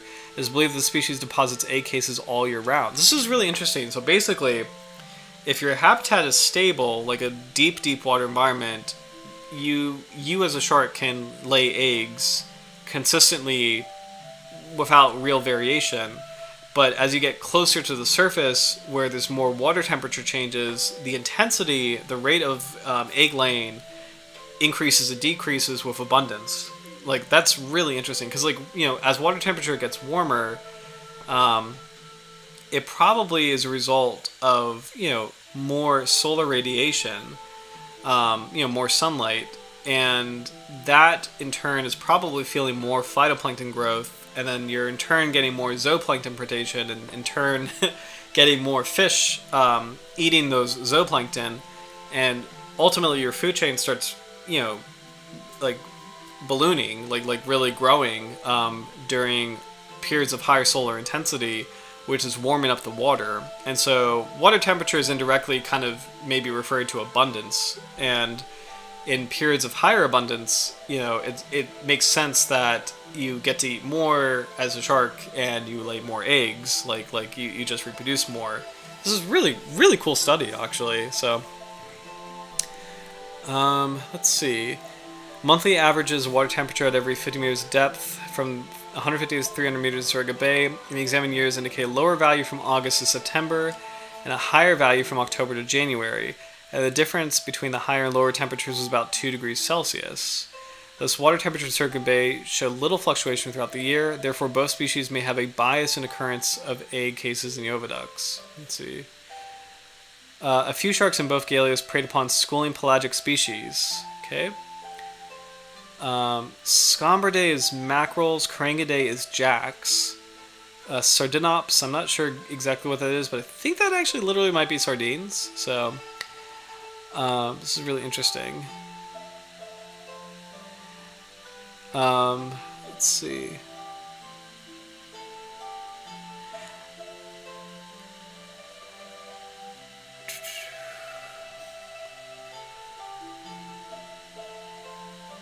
Schooling pelagic fishes observed in the stomach from both species of Galeus were mostly pieces. The pieces were too large in size for the sharks to have bitten off of those fishes because the teeth of these sharks is not suitable for such cutting. Therefore, both species seem to swallow pieces of pelagic fishes which are already cut off in the same way as non-food items. It is unknown how the pieces are derived. Interesting. So I wonder if maybe these sharks somehow hone in on a predation event, or maybe, like, for example, say a crab is actually like eating a piece of something and the shark maybe snatches it from the crab. You know how, like, you know, blue crabs like will kind of nibble on, like, hold something in their claws and nibble on it. I wonder if there's a similar thing going on there. So both species preyed on various organisms. Galeus melastomas from the western Mediterranean also fed on a wide variety of prey, and their foods differed by depth for a change in available food resources. Galeus paulii and 5 species of Scaleoridae from the west coast of southern Africa preyed mainly on bony fish. Galeus eastmani on the east coast preyed mainly on bony fish and crustaceans throughout the 3 seasons. In contrast, Galeus eastmani in the west preyed mainly on crustaceans in winter and spring seasons. Galeus eastmani caught in April 1996 from the west foraged much more on cephalopods and crustacea. This is pretty interesting. Immature and mature species or specimens of Galeus nipponensis were primarily piscivorous throughout 3 seasons. However, the young of Galeus nipponensis differed in their foods between seasons and preyed upon different foods from Galeus eastmani in the same location. The young of Galeus nipponensis also preyed on various organisms. These may indicate that Galeus eastmani and the young of Galeus nipponensis change prey items to avoid food competition between them. We have concluded from the diet composition that both species are voracious and opportunistic feeders. I really appreciate that that's the last sentence. That's a funny way to cap it all off for this study. But overall, really cool. It's really cool to see that essentially, their diet, their diet shifts a little bit, and their propensity for laying eggs might shift a little bit based on water temperature. So that's actually really cool overall. So, oh, hey, okay, so catching up on the comments. Sorry, I got really sucked into that. Let's see. Some really cool recommendations. Indonesian whaler shark, Australian angel shark, ghost cat shark. This is super cool. Freshwater sharks. Okay. Ganges shark. Okay. Okay, these are great suggestions, guys. So, okay, let's check this out. And while I'm looking this up, because that was quite a lot, so I'm gonna replay this clip while I'm cross-referencing the sharks that we've covered. I'm gonna do some slow-mo white-tip reef sharks. So these are great. Okay. Great suggestions. So Indonesian whaler. I'm curious what that is actually. We've definitely never done that species. We've done ghost cat sharks before. These are fantastic suggestions. Let's see. I'm checking out my copy of Sharks of the World, the pocket guide. Let's see. Indonesian whaler.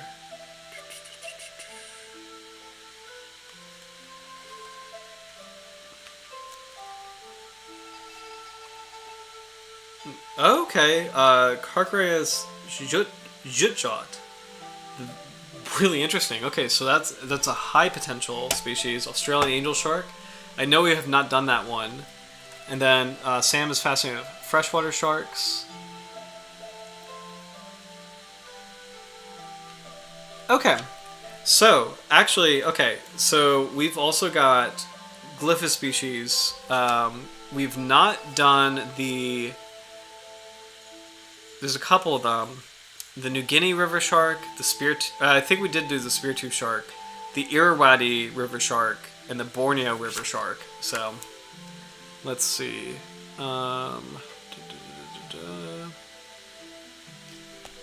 I think. I wonder. Hold on. Just checking something really quick.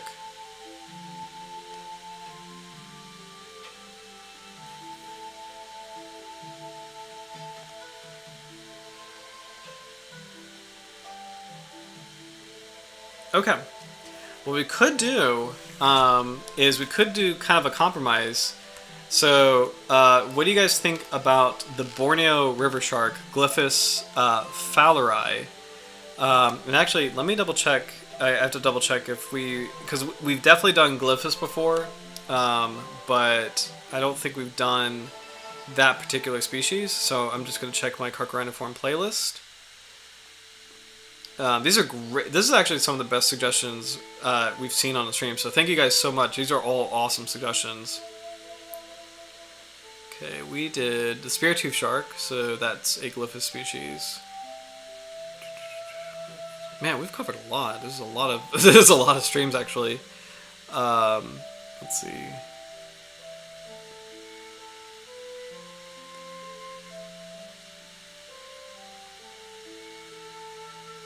Starry Smoothhound, Hooktooth, Pepper Cat Shark, Antilles. Okay. So, what do you guys think of the Borneo river shark? Because it's kind of like it is in the same group as it's in the same. It's Carcharinidae, so it is a kind of whaler shark from Indonesia, but it is also a river shark. So it's kind of like a cool middle ground between Howard's suggestion and Sam's suggestion. Let me know what you guys think, because I think that one might be really cool. And I'd love to learn more about a new Glyphis species, because these are actually critically endangered species. So let me know if Borneo river shark, this is Glyphis fowleri, if that's a good pick. And I'll type it in the comments. So here we go. Awesome. All right, Sam, that sounds awesome to me. Howard Care, perfect. Okay, perfect. So let's do that. Borneo river shark. Glyphis. fowleri. Okay. Woo, Bibio agrees too. So yeah, next week is going to be the Borneo River Shark. Oh, I know an ad's going to pop up. Actually, no, it's Metroid. I love Metroid. Alright, sorry. Okay, so real quick, I won't read any more articles. I just want to make sure I'm not missing any graphs. For the Broadfin Sawtail Catshark, I don't think there's a lot left. This is like shark genetics, but we already kind of explored that the last time we talked about a sawtail catshark. So I just want to make sure I didn't miss a really cool model of anything. Like this. So as a recap, and I'll just kind of zoom in here, this is actually kind of a cool way to display the shark's habitat. So here's southern Japan, and you can see that I know they don't map it, but I remember from the IUCN Red List that the shark lives in this shelf area right here, and you can see right where that drop off is. And what's actually really cool is like this is an area that might get some upwelling. And upwelling is like when ocean currents push deep water against the continental slope and the continental shelf, and it forces nutrients to come up to the shelf edge. And when that happens, it kind of creates this really cool boom of life. So it's actually this big, what's the word? Like eucatastrophic event where you have a boom in nutrients, you have a phytoplankton bloom, and then you have this awesome cascade of like all these animals congregating here. So that could relate to the seasonality of the area. It's interesting that the Broadfin Sawtail Catshark lives on the continental shelf here. So just want to point that out as we... Oh, and look at this. This actually works with that. The Kuroshio current.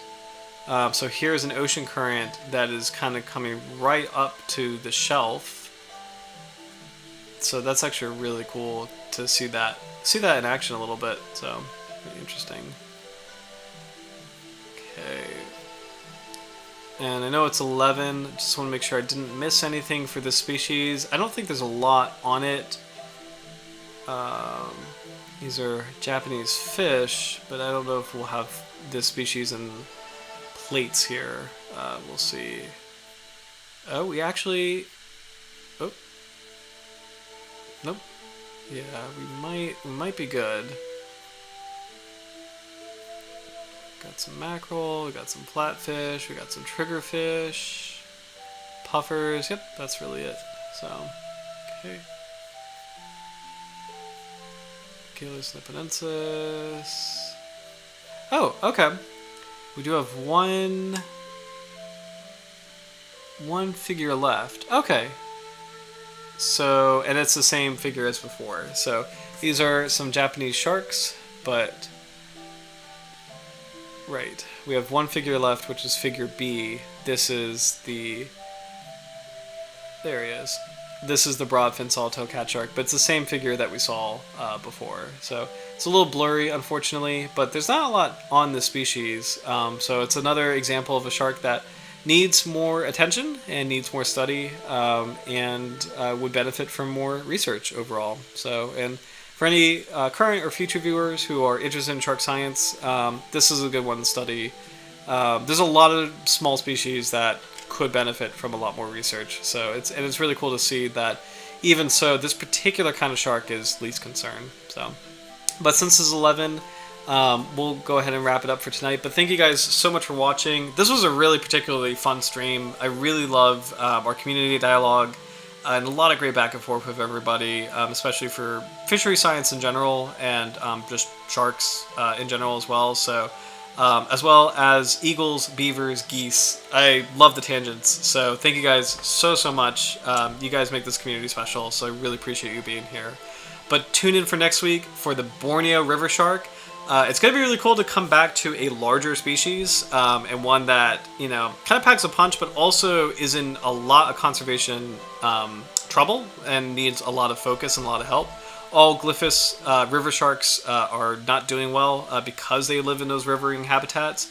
So that's going to be an exciting stream next week for focusing on that particular species. So Galeus fowleri will be our shark. The Borneo River Shark will be next week's shark. But until then, I hope you all have a great rest of your week, and thank you so much for joining on tonight's stream, and we will see you next week for the Borneo River Shark. But cheers, everybody. Take care, and stay awesome. Bye.